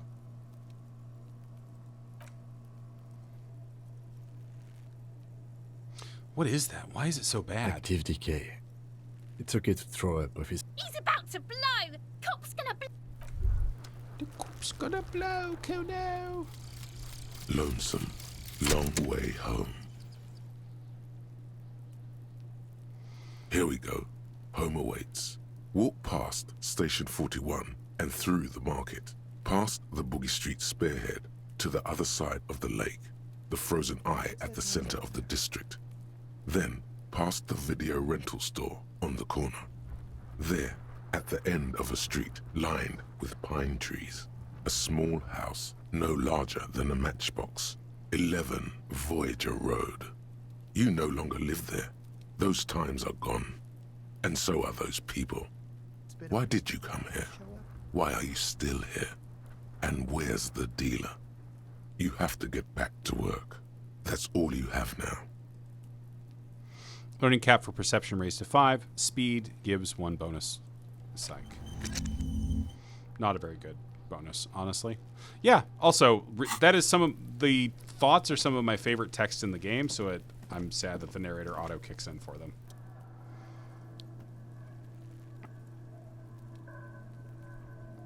There are several footprints in the mud left by work boots. Anywhere from 6 to 12 pairs have walked here. What kind of boots? Heavy workers' boots with reinforced toes and hobnails all over the yard. Isn't this something an industrial worker would wear? Lieutenant, workers' boot tracks. Noted. Get an exact count. Shit, good job. Maybe more than 12? No. 8 pairs of boots have shuffled back and forth in the mud. Number 1. Standard work boots, steel reinforced toes, no 46. Standard work boot, steel reinforced toes, number 44. Hobnailed work boot, steel reinforced toes, number 43. Standard work boot, no 45 or 46. Number 45 or 46. Wait, which is it? You don't know. It's a miracle you can tell the prints apart as it is. The cold must have preserved them. Count more. 5. Another standard work boot, steel reinforced toes, number 44. An aberration, light as air, even pace. Some make a boot, but number 41. Male or female? Impossible to tell. Could also have been an adolescent. The gait is underdeveloped. I'm pretty good at this, ain't I? You're not bad. It's as if the whole world darkens, everything else has a thin film of unimportance on it, and the tracks burn in the middle of it in a strange and beautiful way. Count the rest. The glowing outline of a standard work boot, no number 46, but the imprints are twice as deep as the others. The weight exceeds 200 kilograms. And number 8, and yet another standard work boot, no number 44. There's an aberration in the pattern of the sole, however. The right sole is smoother, more worn. How many? 8. I was pretty off then. I counted 20. Same guys are going back and forth. I never got the hang of it. Hyperopia. Do you see anything out of the ordinary? Light step, number 41 shoe. A woman? Or a kid? I don't think there's any way to be sure. Understood. Anything else? Heavy one, 200 kilogram imprint. 200? Could it be the combined weight of two people, one carrying the other who's tied up? Let's say a heavily built worker, carrying a similarly built, soon-to-be-dead man. He might be right. 200 kilograms of living weight is unlikely. One of them was carrying him over. Possibly, yes. An aberration, one soul smoother than the other. Interesting. Let's name it the Old Soul. Do you have any ideas, Lieutenant? Someone operating a workbench with a pedal? Like a joiner at the harbor. Or maybe a drummer? He regrets it the moment he says it. Don't say anything, just nod. I don't know why I said that. We are not looking for a drummer. We are looking for a group of dock workers. I will never say a mean thing to Kim if I can help. Perhaps it could be a driver. A driver would wear out the right shoe before the left. The accelerator is on the right. Not thoughtfully. We should keep our eyes open around the traffic jam. See whether anyone strikes out as a potential suspect. Seems prudent, no? Yes. Prudent. Mm-hmm. How old do you think these tracks are? A week, maybe? 7 days would fit the time frame provided to us by the caller, who reported the hanging. It is not impossible.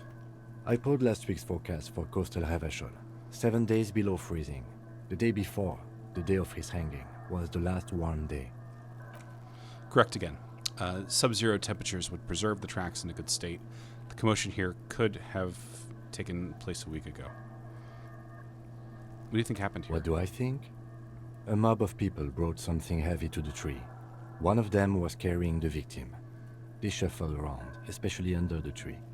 Then, after hoisting him up, they stood in a semicircle facing his direction. At first glance, this appears to be a lynching. Indeed, they all stood in a row here and looked at the tree. God, like the first time you realize that the detective is actually really fucking good is so good. Oh man. The street sign reads, "Fuck the police. Pigs go home." The street name is illegible. The RCM in Martinez. What can I help you with? You sound surprised. We don't see a lot of police around here, that's all. I have some questions for you. Of course. What can I help you with? My partner told me you may have ammonia. Can I have some? Sure. I'm done with it. She takes a small capsule out of her breast pocket and hands it to you. Go easy on that stuff. It gave me a terrible headache. We need directions. Of course. Where to? Where am I? What do you mean? I'm a bit disoriented. This is Revachol, right? Yes, sir.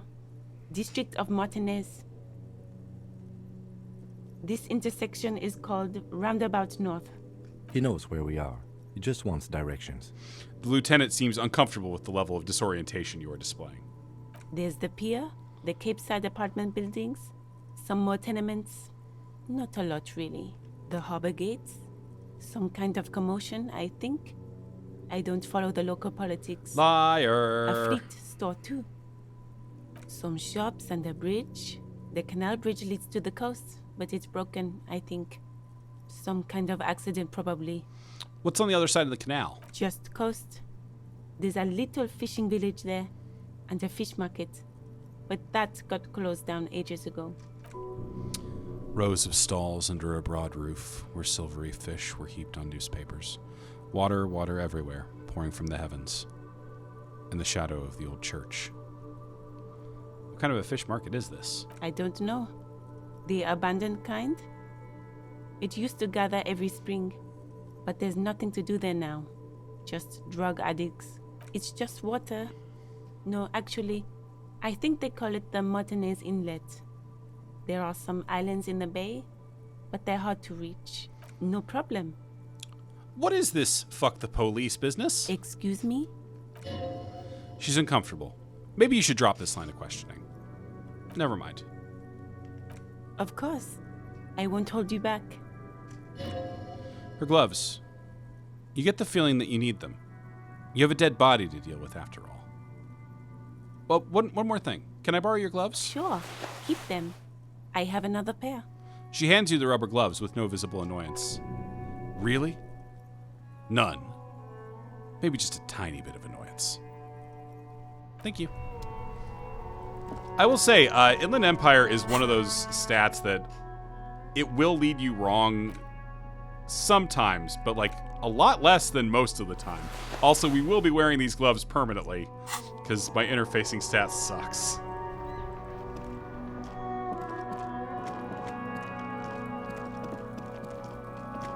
Do I need to, with the ammonia, thin glass tube wrapped in cotton netting used to treat fainting spells? Okay, no, it just uses itself. Ooh. And now we have Kim's. Cool, cool, cool. Handkerchief. Big yellow hands of justice. Alright. Let go of your nose without throwing up. I have really high endurance, too. The ammonia only makes it worse. The combination forces tears out of your ducts. You managed to keep it in once. It's time for a thought cabinet thought. The second time, not so much. When the vomiting is done, your cheeks are wet with tears. Spit and say nothing. Are you okay, officer? You feel the lieutenant pat you on the back. Heavy, rhythmic pats. The weight is reassuring, like a crenel on solid fortification. Pat, pat, pat. You're facing tough odds here. It's aggravated further by alcohol withdrawal. I imagine it does, Lamppost, for sure. What is happening to you? Are you gonna cry now, son? You heard the coach. This is weakness. It cannot go on much longer, or you will lose.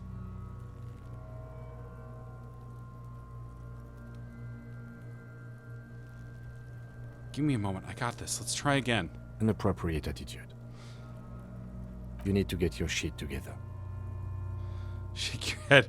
No, but I don't want to get my shit together. We should go talk to the locals. Find something else to do while the wind changes. It's pretty bad right now. You've gained a thought. Give it half an hour. Get yourself together. Then come back and have another go.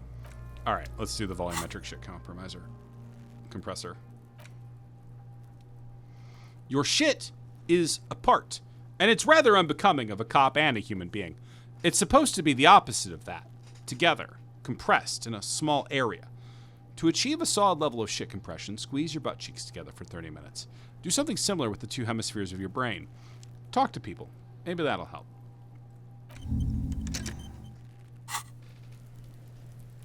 Kono knows how to fucking throw.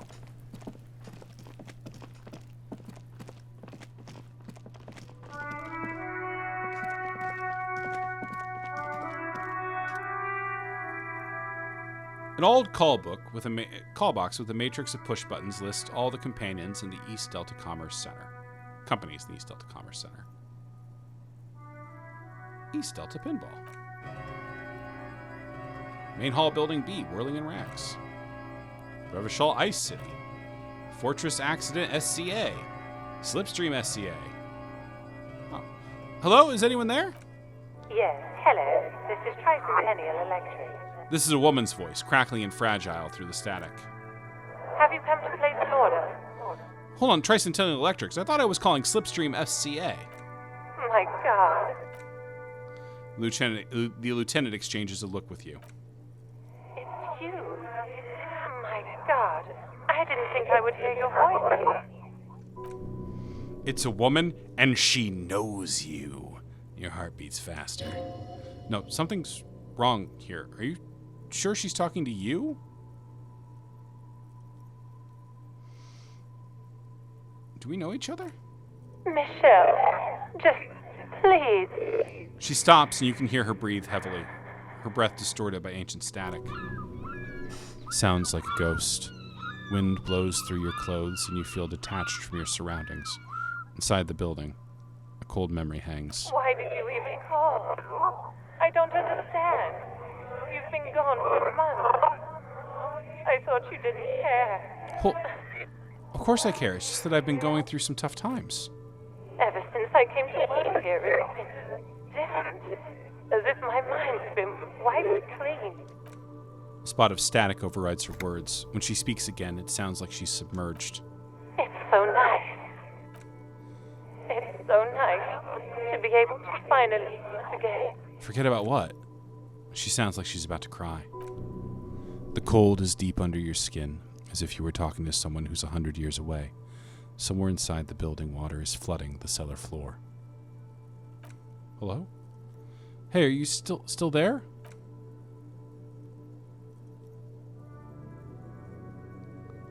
What just happened? Another seagull passes by. It's getting cold standing here, staring at the silent call box. I don't know what happened either. We should probably stop playing with this thing. Fuck.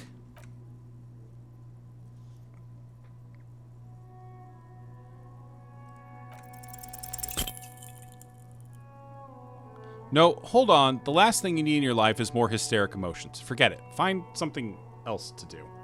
I've never seen that before either, I don't think. Emma's Fashion Atelier. 24-hour window. Artemitep's boxing for young athletes and gym. Andrew Orlando help hair SCA. Just seeing the words Andrew Orlando gets your hackles up. Its very existence is a threat to your masculinity, to say nothing of your hair. Kuno, please stop calling here. Grown-ups don't have time for your stupid games. This is the police. Please open the door. Oh, I'm sorry, officer. I thought you were... But the doorbell is broken, and the bookstore shouldn't even be on the list anymore. So I can't help you. Please don't call here again. Empty card. This button looks new, but someone has removed the name card. Nothing happens when you try to ring it. This button looks new. It's probably not connected yet. He takes a step back, inspecting the other names on the list.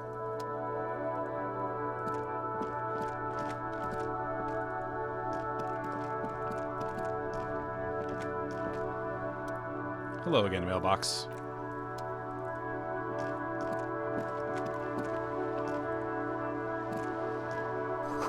This book has a rose, a pistol, and a half-naked dame on its cover. On the cover stands a very muscular man, surrounded by flames. This is a book about pate. This book, you don't really understand what it's about, nor does it seem important.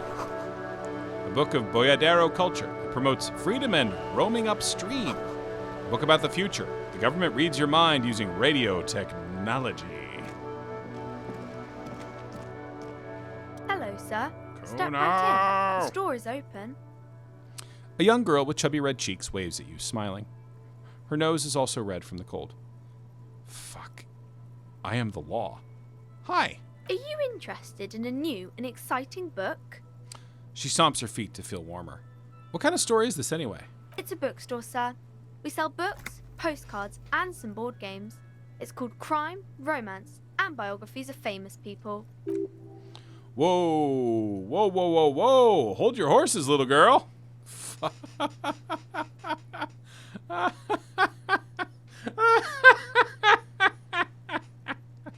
What is a book?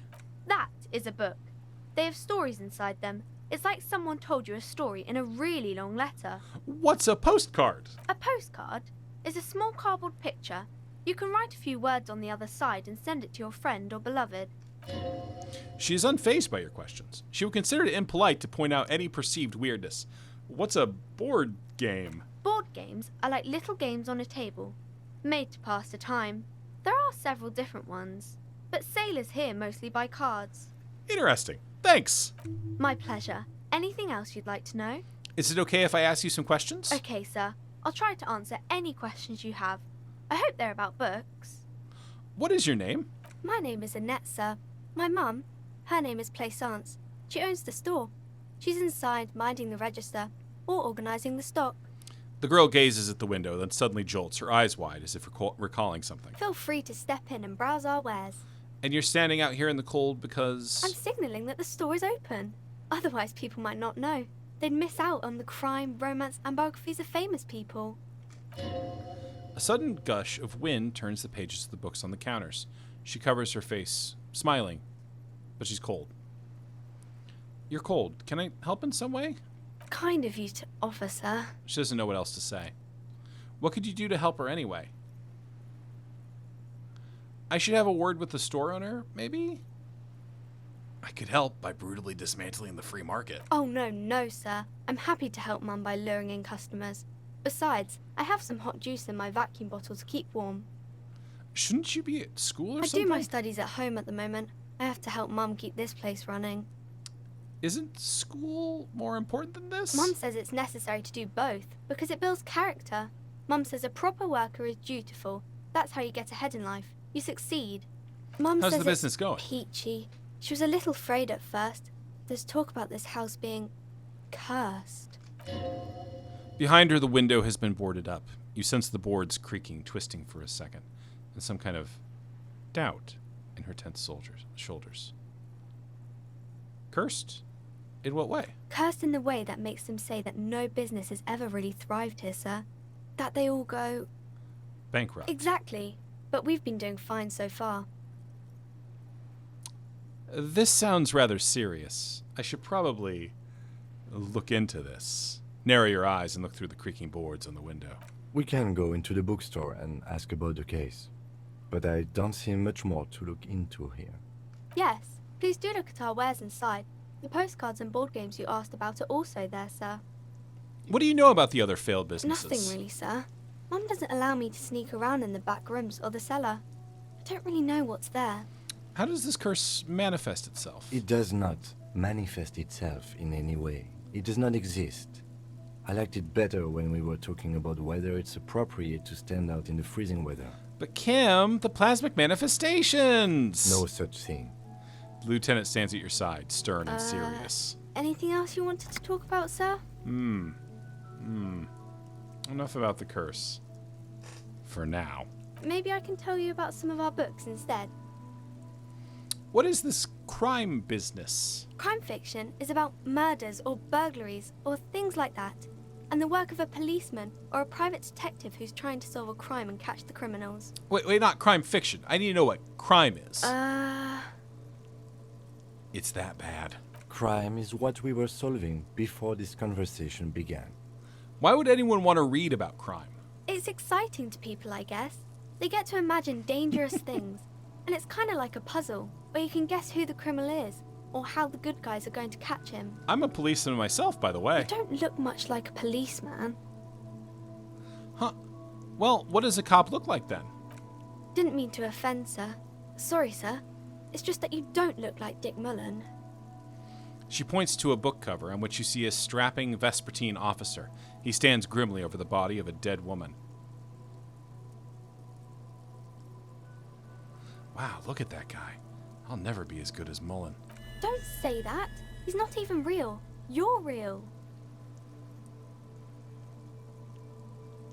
That's right, a real failure. Cheer up, sir. No need to compare yourself to a fictional character. Maybe you can show me some real deductive police work, sir. Like in the books. Oh, okay. I'm going to do something now. Fuck. You failed to deduce anything substantial. She waits intently. I'm a detective. I'm sorry. I can't deduce anything. It's okay, sir. Morale damage. Fuck. What is romance? It's the type of book where there's a rich lady and she has to choose between the good man and the bad man. She smiles at the thought, perhaps imagining herself in that situation. Or there could be a story about a poor lady getting a rich man. It's about man and lady business, sir. What about a poor man getting a rich lady? It happens, but usually the guy gets rich in the process. Or should actually be rich himself, but has lost his family property unjustly, like during the revolution or something. I see. Those are unhappy books, for most of the pages. People sad about what they have lost, but then it all turns out just fine in the end. What about when both of the men are bad? These are not very common. You can't have a choice between bad and bad. Nobody wants to read a story like that. Well, what if it's written really well? Well, maybe then it's fine. Maybe if the lady then decides not to pick either, because she doesn't need a bad man. Yes, that would be interesting. What about when everyone is poor? That's really not a proper romance story. That's more like everyday life. Sometimes you have to write about real-life things. Not in romance books, sir. These are about nice and pretty people, and everyone is happy in the end. Well, what about a book where the man and lady business doesn't work out at all? I haven't read many of those. Maybe you should ask Mum. Yeah, you think she has one about an excruciatingly painful breakup? I don't think it's a romance story if the main characters break up, though. No, think about it. One where they plunge into a torrid spiral of pain and recrimination. Only it's really long and drawn out. Scarred for life. Phantom limb. No, I don't know. You can take this. Blossom like a pain flower. Yeah, and it drags on for years and years with no resolution in sight. Each of you filling with resentment and bitterness for having ruined each other's lives. Each of you tearing at the other's innards, leaving a gaping emptiness, a vacuum heart that still hurts ceaselessly. I'm sorry, sir. I don't know how to help you. I don't need help. I need a real book that tells it how it is, not this drivel. Sir, sorry, sir. I'm still little. I can't. It's time to leave it be. You're about to make a child cry. Are you proud of yourself? Right. Activate denial mode. Little girl, pardon the deviation. I wish to discuss books and other such matters. Yes, sir.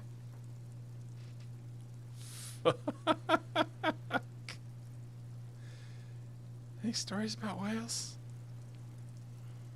Oh, kings and queens and generals of old, or artists and writers, or musicians, those kinds of people. There's usually something extraordinary about them. She scratches her cold, reddened cheek, then continues. I think that's why people read them, to find the secrets of their fame. Seems like most people who read those books fail to get more famous from reading them. Reading those doesn't make the reader more famous, does it? But it does make the famous people more famous. They're all dorks. These famous people sound like a bunch of dorks. Yeah, you heard me. Only losers waste their time with that garbage. Isn't that kind of a childish thing for a grown-up to say? Maybe. You can stop calling me sir. I am but a humble working man. Sir, I can't. It would be too tiring to refrain from it. It's already tiring enough to remember to say it all the time. It's nice of you to say I could stop, though. I get you.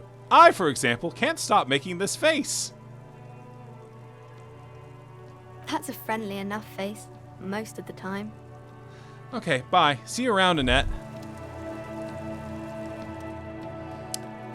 Hey, so we've been monitoring you internally, and now we know your Kappa type. Wait, there are Kappa types? Yes, guess what's yours? I was kind of hoping I'm the Apocalypse cop. That is only a ludicrous daydream. Guess again, you're the cool cop? No, you're the sorry cop. The cop who's sorriest. Let's make it official then, shall we? Huge lack of enthusiasm going on in here. Won't the other Kappa types be jealous? What, jealous of the sorry cop? I think they'll be fine. Don't worry. They will be super fine. It'll be totally okay. You can dual Kappa type from sorry to anything. I'm sorry. Of course you are. It's okay. See if you can get something out of this, like info, or maybe every time you say you're sorry, you get $1 million. That won't happen. I'm sorry that I'm sorry, cop. I'm not going to internalize the thought, okay? Compressor. Bizarre scientific news from Revachol West today, where a police officer's shit has been observed at a pressure of around 495 gigadecimals. These metallic hydrogen levels of shit togetherness were thought to exist only at the center of collapsing stars, not law officials. It remains to be seen how long the shit singularity lasts. It's very hard not to apologize to people in this. Yeah, the shit compressor is not a terribly useful thought, but Let's go ahead and just internalize Cop of the Apocalypse while we're here, shan't we? You woke up in a hotel room and started rambling about the end of the world. It's not your normal everyday doom crying either. Something truly colossal is approaching. The gloaming, the culling, the bloodletting of unimaginable proportions. Until now, you've been pleasantly vague about the precise nature of this cataclysm. No more. Put the bloodletting on the burner and really figure out what's threatening the fragile physical reality you just found yourself in. You know what? We're gonna go a little long just because, like, I'm having a good fucking time. Real fast, we are going to... Was that a composure check to deduce on her? Hello again, sir. Yes. We're gonna take a shot at that. Toss one skill point at it. Hello again, sir. Okay, I'm gonna deduce something now. Fuck! I'm a detective. I deduce that you are very small. Come on, don't be silly. That's not a proper deduction. I'll come back after I get more of that. Okay. Take a quick magnesium. Alright, here we go. The big climax.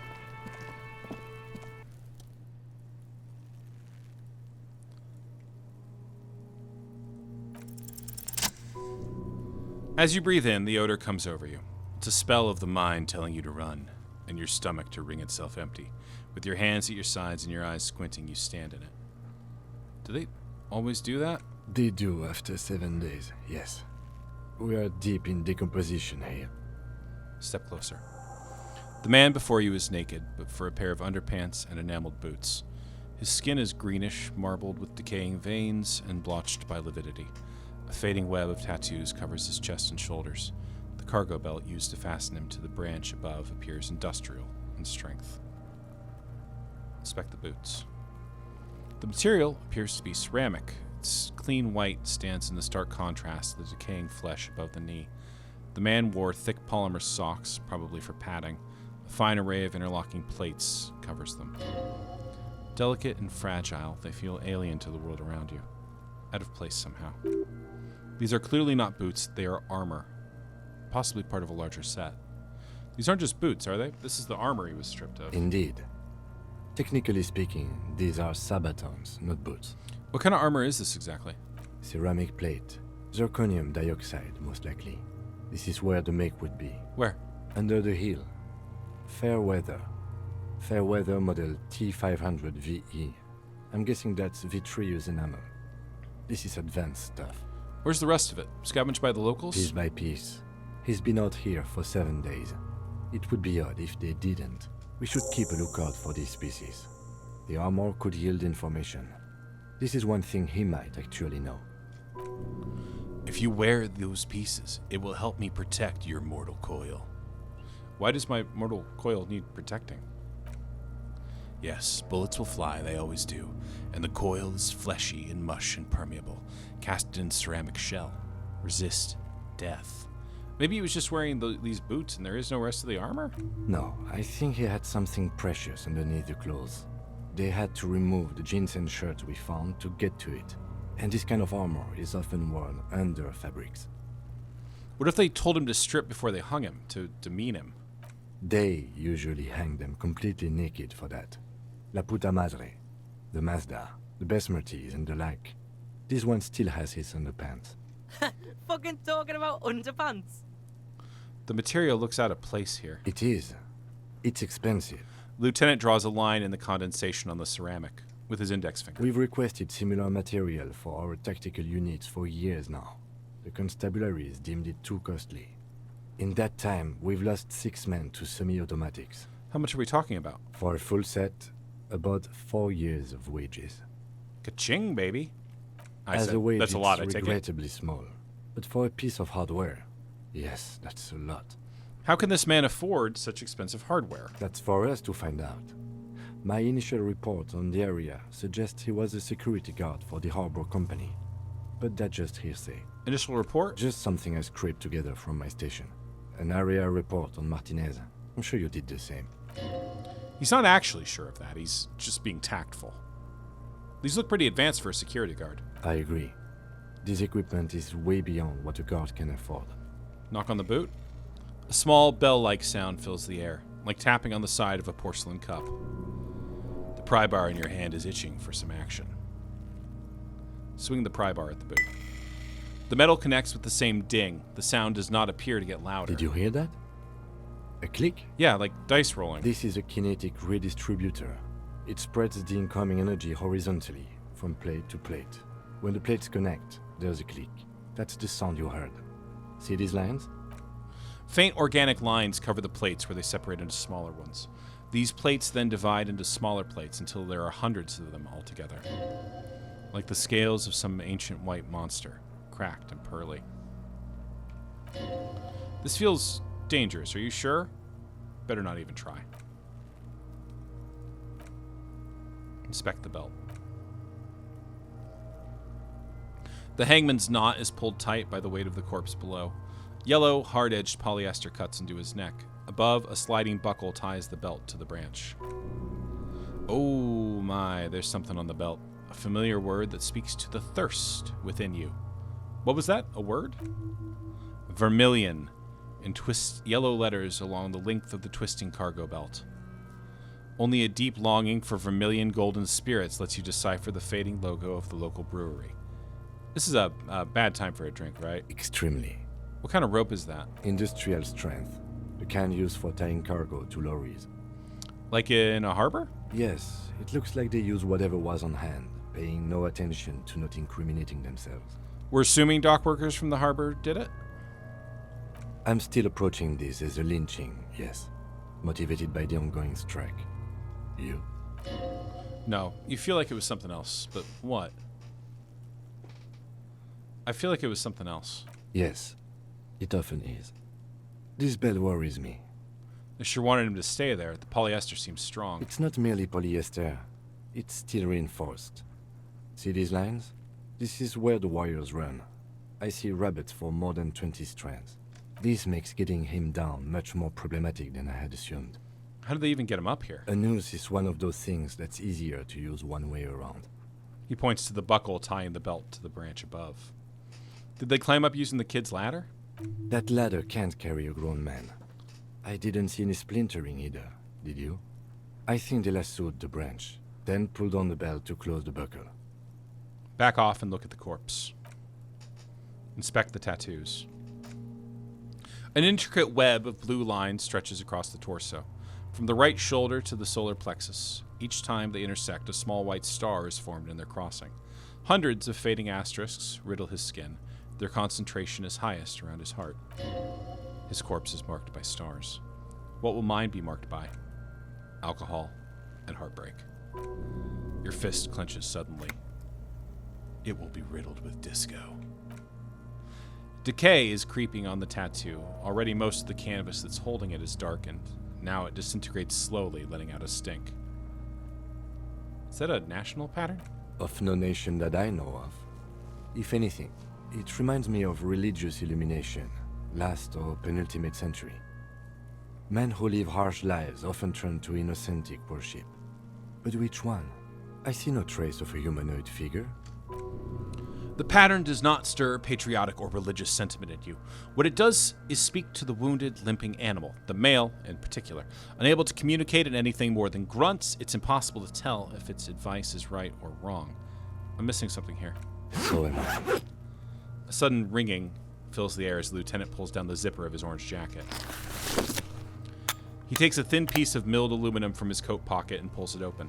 Sounds like a sword being unsheathed. A small lens appears, some sort of camera. A Trigat Sunshine. Mini. Shit, Kuno! What the fuck is that? An instant color camera. He produces two metal-capped ampules and clicks them into place on the side of the apparatus.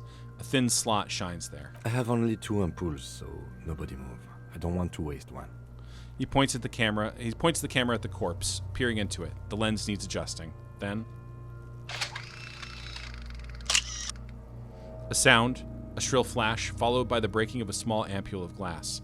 You see streams of color pour onto the thick, glossy piece of paper rolling out. In case we need it.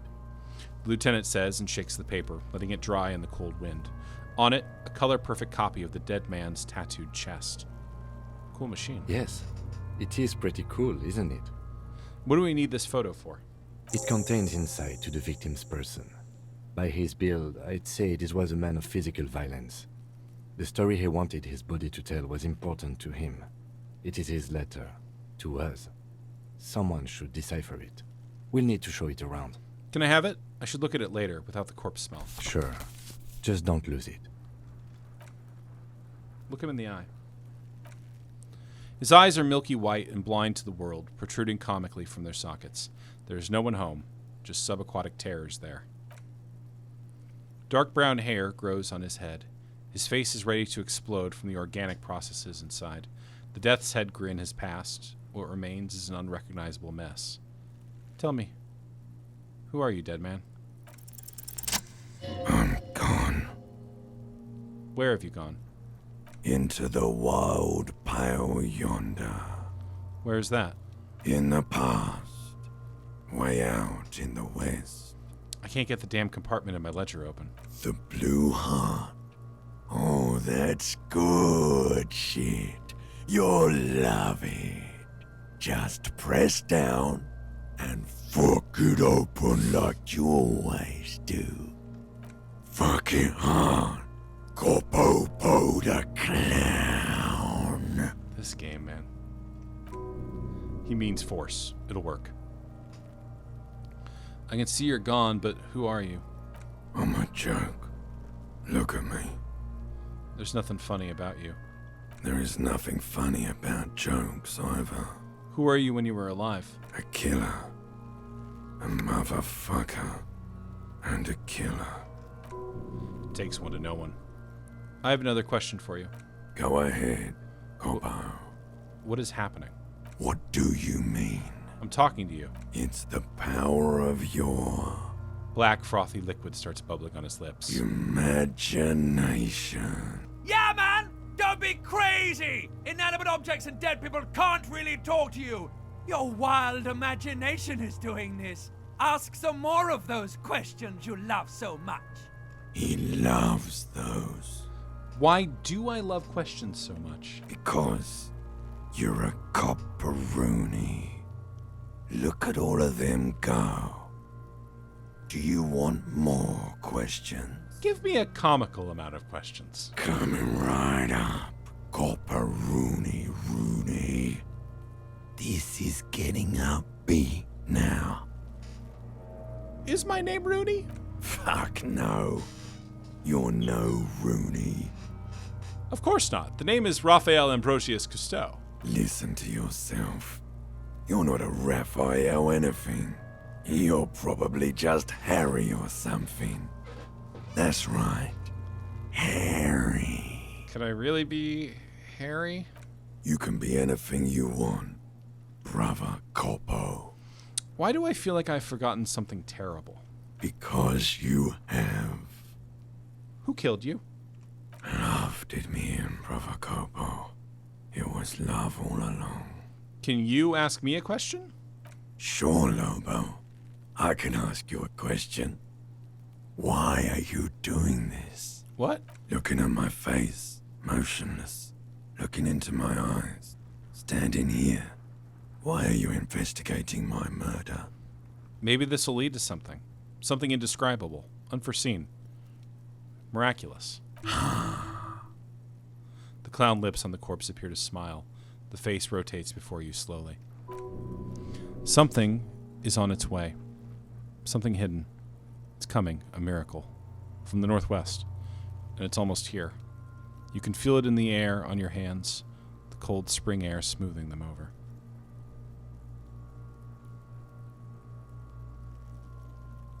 Come back later, Corpo.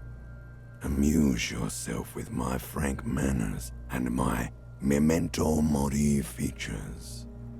If possible, also, see me in your dreams. Oh, those are different.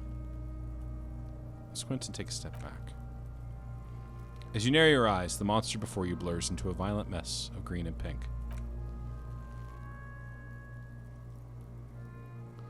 Only the lower extremities are pink with a dash of blue. His fatted hands, thick thighs, and his neck just above the noose. The rest of the corpse appears dark green in the cold spring air. I'm squinting, Kim. Why am I doing it? How should I know why you are squinting, officer? His face and hands are pink. Thighs, too. The rest is greenish. Oh. You are trying to assess lividity. The monster comes back into focus, an explosion of color, coursing with dark marbled veins. His stomach appears pregnant with something. Black liquid streams down his thigh onto his boot. So, what do you think? He's beaten up. See the bruise? I do. Most of them are post-mortem. Maybe even all of them. The delinquents have made our jobs harder with their little sport. And Post and Winter says there's a lot of VO text mismatches. I think the voiceover text was better. Stop talking in riddles, coin slot.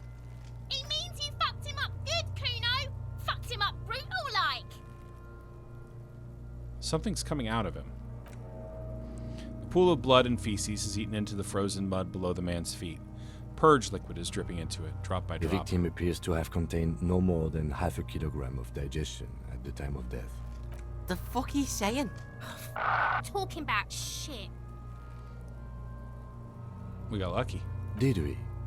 I don't feel lucky. I think he's I dead. agree. Totally dead.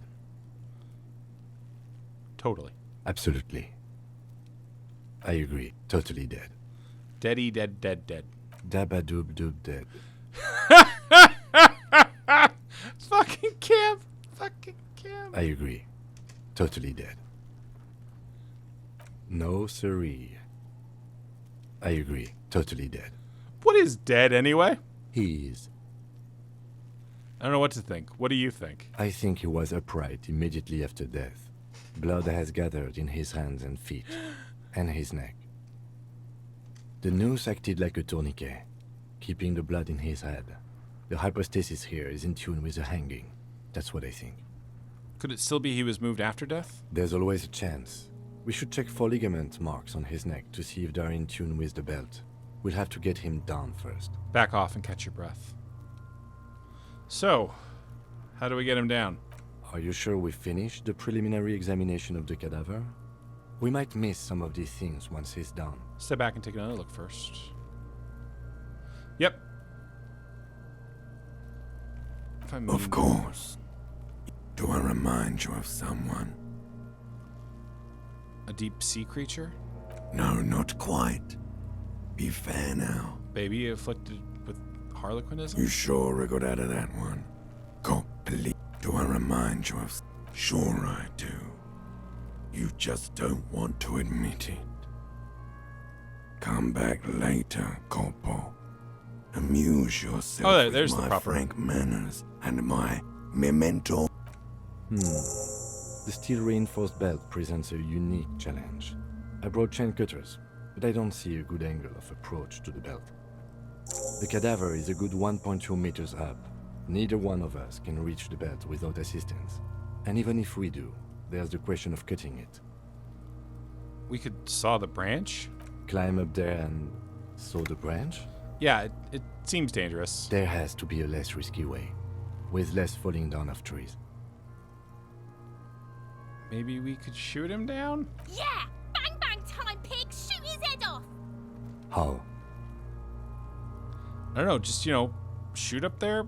Or no, just shoot the belt, the bullet will break it. It absolutely will not, officer. That's not how physics work. Yeah, now we're talking. They'll miss! The pigs will miss, Kuno!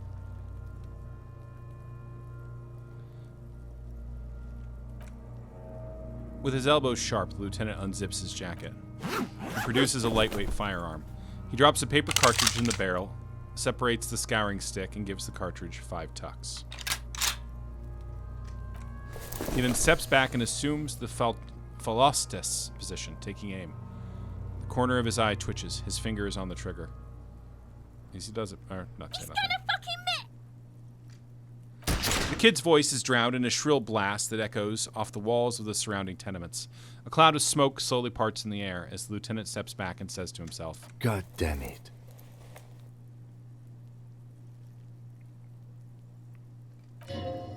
He feels bad about it. Bad his eyes, mostly, just having bad eyesight, probably from a young age. Whatever you do not console him. Fucking idiot! Kuno could have hit it easy, but then Kuno's not fucking handicapped, is he? What now? I have to say, it's beginning to look unlikely we can get him down without assistance. Can I have the gun? It's bad as it is. Us shooting firearms like punks. Go ahead, I'm not stopping you. Just don't lose it. They only have one gun. This is the sorriest pair of pigs Kuno's ever seen. Yeah, take it, you fucking banana poika. Take it and shoot yourself in the mouth. Fucking Kuno-ass. Feel the weight first. The cold piece of bakelite and gunmetal is surprisingly light. Your finger fits right through the guard, instinctively resting on the trigger. The fuck are you waiting for, Kuno? Tell him to shoot himself in the mouth. Kuno is silent. Aggression gathers in the air. The trigger feels delicate and ready to break under your finger. The buckle comes into focus in your sights. You stand with your feet planted firmly in the ground and your left hand supporting your gun arm. Why don't you just shoot yourself in your mouth? At least you won't miss. Fuck. It's really not a good I recall it is not a good idea to point the gun at Kuno-S. Your field of view narrows. The branch slowly moves, becoming entirely two-dimensional. The metal buckle glimmers, catching the noon light as the corpse slowly rotates. Look, he's crying. You gonna cry now, fucking faggoty? Shut up. Or what? You gonna fuck me? You wanna fuck me, pig? Is that what this is about?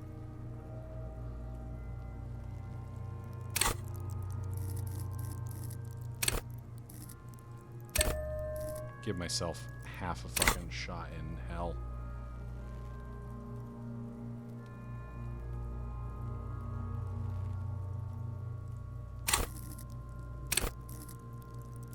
I'm at my fucking skill cap, right? Fucking no motorics at all.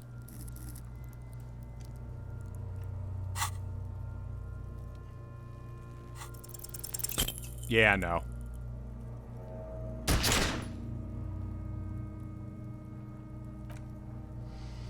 A plume of smoke erupts from the barrel. Your hand goes numb from the explosion.